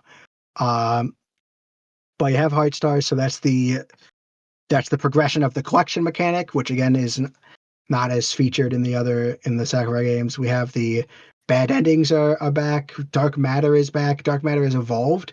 That's probably one of the interesting things. You see an evolution, right? So in the first game, the twist is. So in the first game, right, part of the twist is that DD's possessed. But if you get all the rainbow drops and make the rainbow sword, you get to fight Dark Matter. And in that game, there's something called Dark Matter Swordsman in Dreamland 2, which is like Dark Matter in this like kind of cape, and he looks like a swordsman. And basically, that's phase 1. And after you beat it, phase 2 is this blob, this dark blob, which like revealing underneath this idea of this actual villain, like with a face of like this evil kind of entity. Before that, it's like that's like a disguise within a disguise, but underneath that, it's just this feral kind of creature of the night or the dark, I guess. And so Dreamland 3 progresses off this. Now there's like a horde of those creatures. It's not just this one Dark Matter; it's a horde of Dark Matter, like that goes out. And like, this is a really cute art style, but sometimes you just see some really creepy enemies that are Dark Matter energies. And it all comes to a head where you beat Deity, and out comes Dark Matter in his feral form. He doesn't bother with the sword, or at least this specific instance of Dark Matter doesn't bother with the sword. And it's just the creature, the blob creature. But if you kill this, something else is summoned. There's a different second phase, and that is Zero. Arguably the creator of Dark Matter, seems to be the creator and ruler of Dark Matter, this giant stark white eye with a red pupil.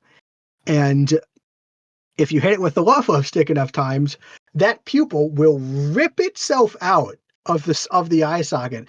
And in this very cute pastel game, like it, I think officially it's red energy, but it literally bleeds, right? Like the like you know what? I'll send this Kirby Zero bleed. Let's see if I can get a good image of this to give this idea.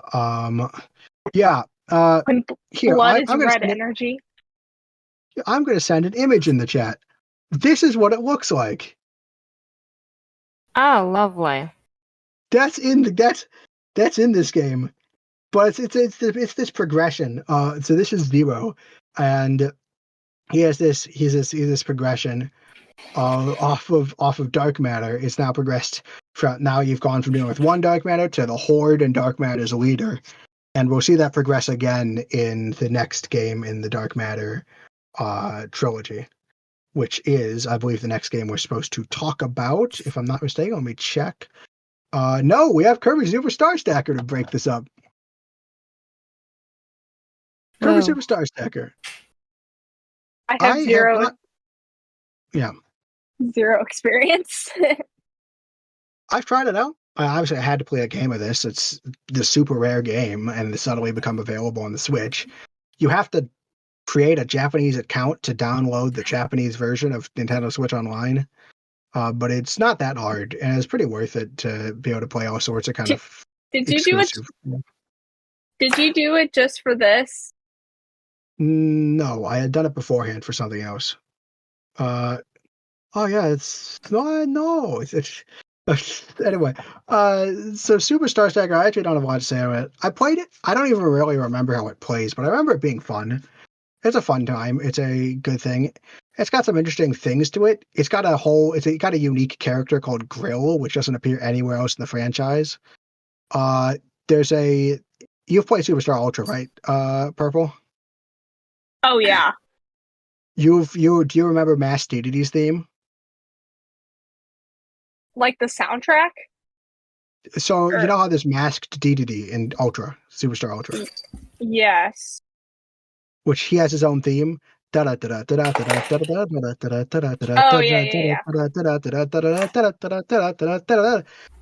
The prototype for that like remix of the Dedede theme, which is kind of crazy, comes from Superstar Stacker, which is the proposed English name for it. It technically is just called the same thing as Kirby Star Stacker in Japan. Like the Game Boy and SNES game have the same name in Japan, but we're calling it Superstar Stacker, and that's the generally accepted English name.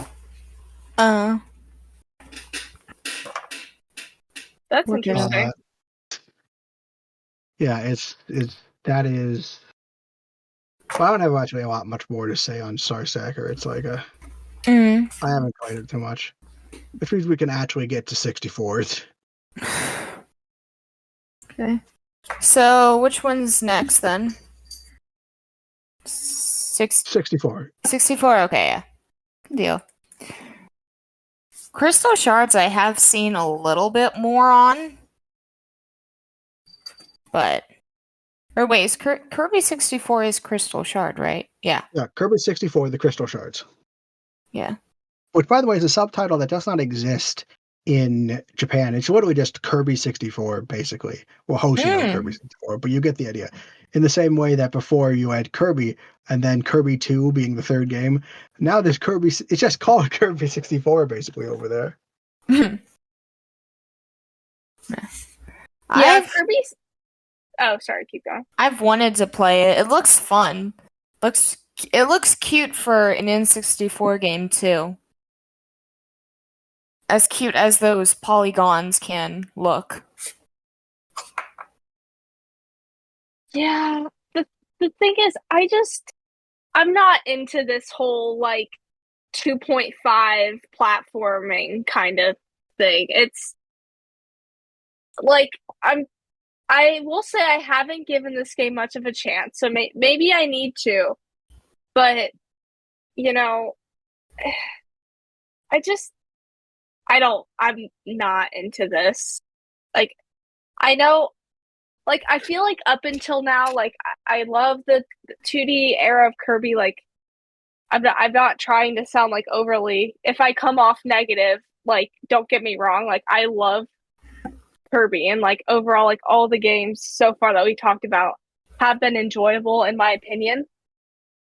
And this one isn't necessarily bad.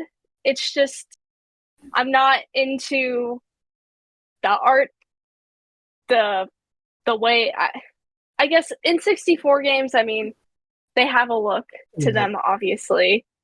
The the awkward 3D, the controls kind of different.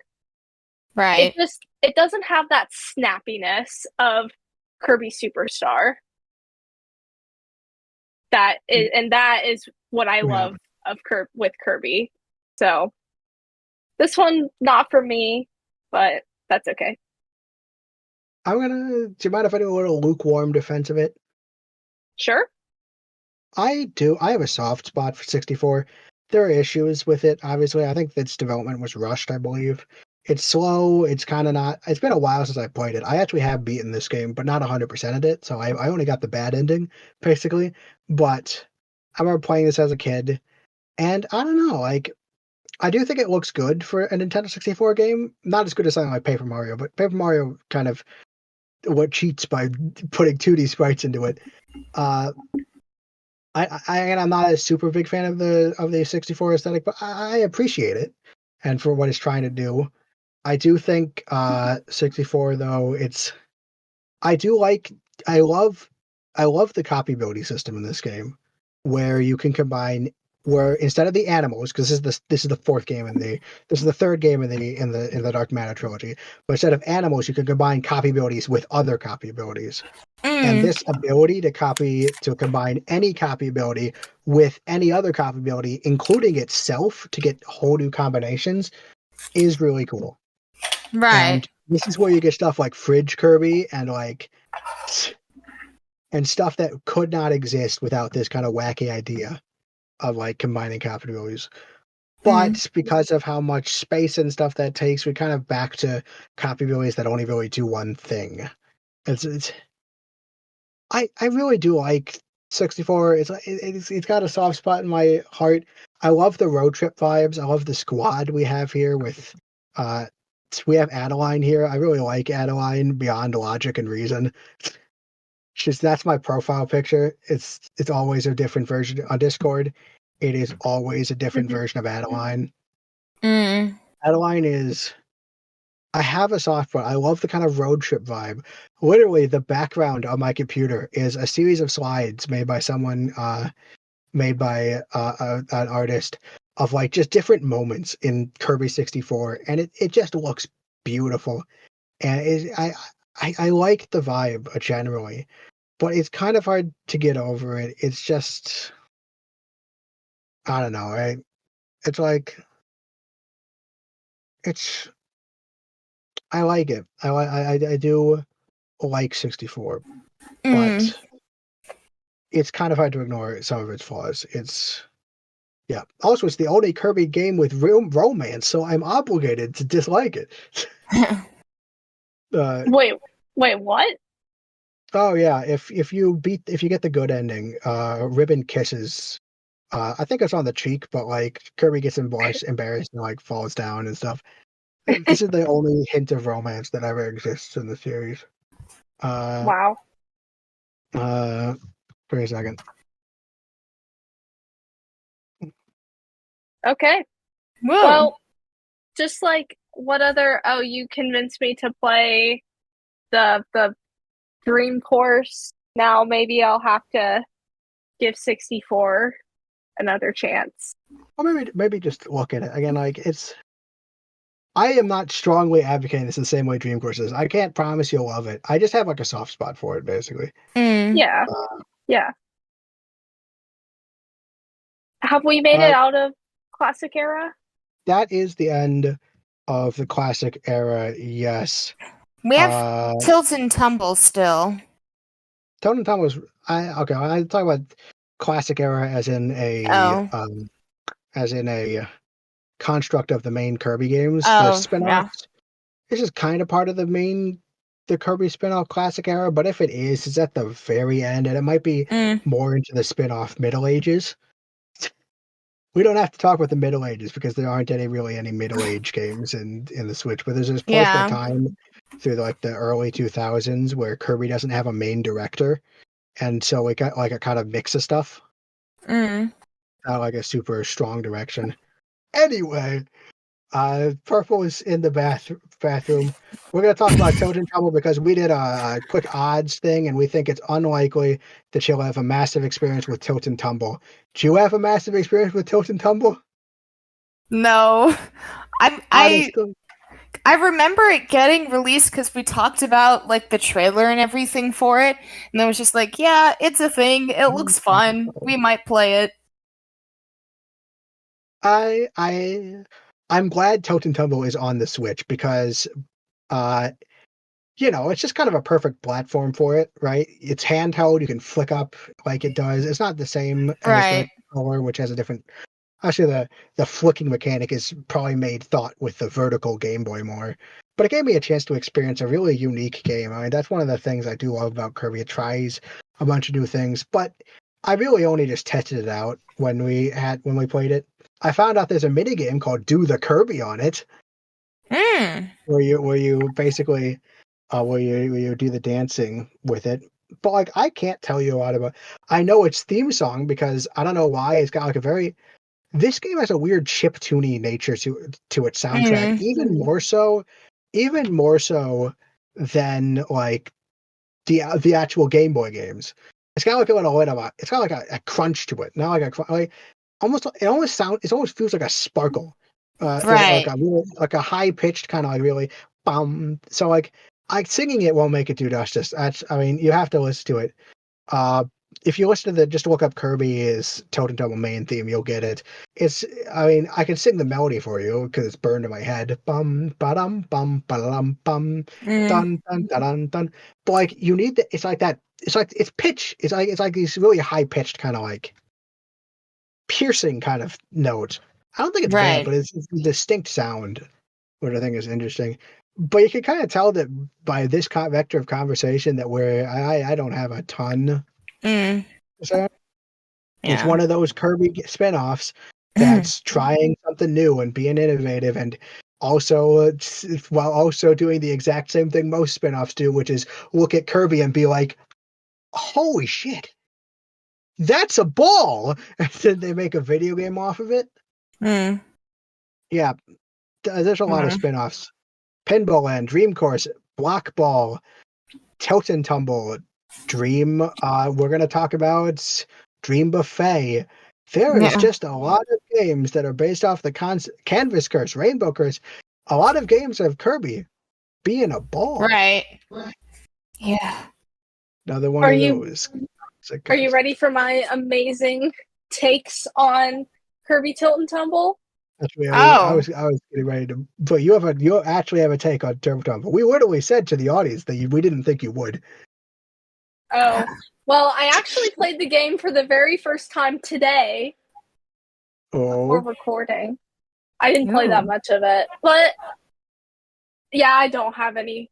What? Oh, my dramatic take. Better than you remember? The best Kirby game of all time? No. No. It's at first I was like, oh, this is kind of fun. This is kind of cool. The tilting, because I played on the Switch. And then I kept playing it more, and the concept is neat, but it's a little frustrating. Oh, I could see that. Yeah. I can see it actually. Yeah. Flicking since I was playing on the Switch, like flicking the screen to try to get like Kirby to jump, it never quite, the aim wasn't ever where I wanted it to be. I would like to say this would originally have been on the vertical Game Boy Color, where the cartridge is at the end, so a flick motion would probably work way better on the original Game Boy Color because it's vertical. But we'll never know if it actually does because I don't own a Game Boy Color. Yeah. Sorry, everyone. I'm letting everyone down again. Yeah. So. Is it modern Kirby time? It's time to talk about modern Kirby. Hey, so editor Beth here. We ended up not discussing any of the new Kirby games. That'll be on another episode that I hope you all tune into. But the episode ended up going so long that we figured we wouldn't only push the questions to another episode, but we are also going to push the newer Kirby games to another episode. So if we didn't discuss your favorite Kirby game on the Switch, don't worry, that is coming up soon. We will have Flightsy on again, and we will be sure to discuss that. But I'm going to go ahead and hit you with our socials, though, to wrap up this episode. I hope you enjoyed it, but don't forget to subscribe and everything so you don't miss whenever we have Flightsy back and continue discussing the Kirby games. But anyways, you should go check out Flightsy on YouTube. He does some cool streams. I believe currently he's doing Sonic Adventure 2, so you should go check that out. Also, join the Discord. All of the questions that we did receive, again, we will be discussing them in the future, but all of the questions were submitted on our Discord, so be sure to go join that. The link is in the description of the episode. Also, check out our Patreon, as we now have that. Check out our Instagram at The Gamer Girl Podcast. Also, check out our YouTube, The Gamer Girl Podcast, The Gamer Girls Maddie and Maddie, where we've recently released our Nintendo Direct React video, because that has happened since I started editing, since I edited this. Also, check out Maddie's channel, at Purple Real Loot on YouTube, and then also check me out at Maddie Beth. And then also, don't forget to leave us your 5-star review, as we didn't have any reviews this episode, which was a little sad. But go leave us a 5-star review on Apple Podcasts, Spotify, Podchaser, Amazon Podcasts, or anywhere else you know. Don't forget to like, subscribe, comment on the YouTube video version. And I hope you enjoyed today's episode, and see you next time. Bye! Kirby, Kirby, Kirby, he's the star of the show. He's more than you think, he's got maximum pink. Kirby, Kirby, Kirby's the one. He comes right, back at ya. He comes right, back at ya. Give it all that you got, take a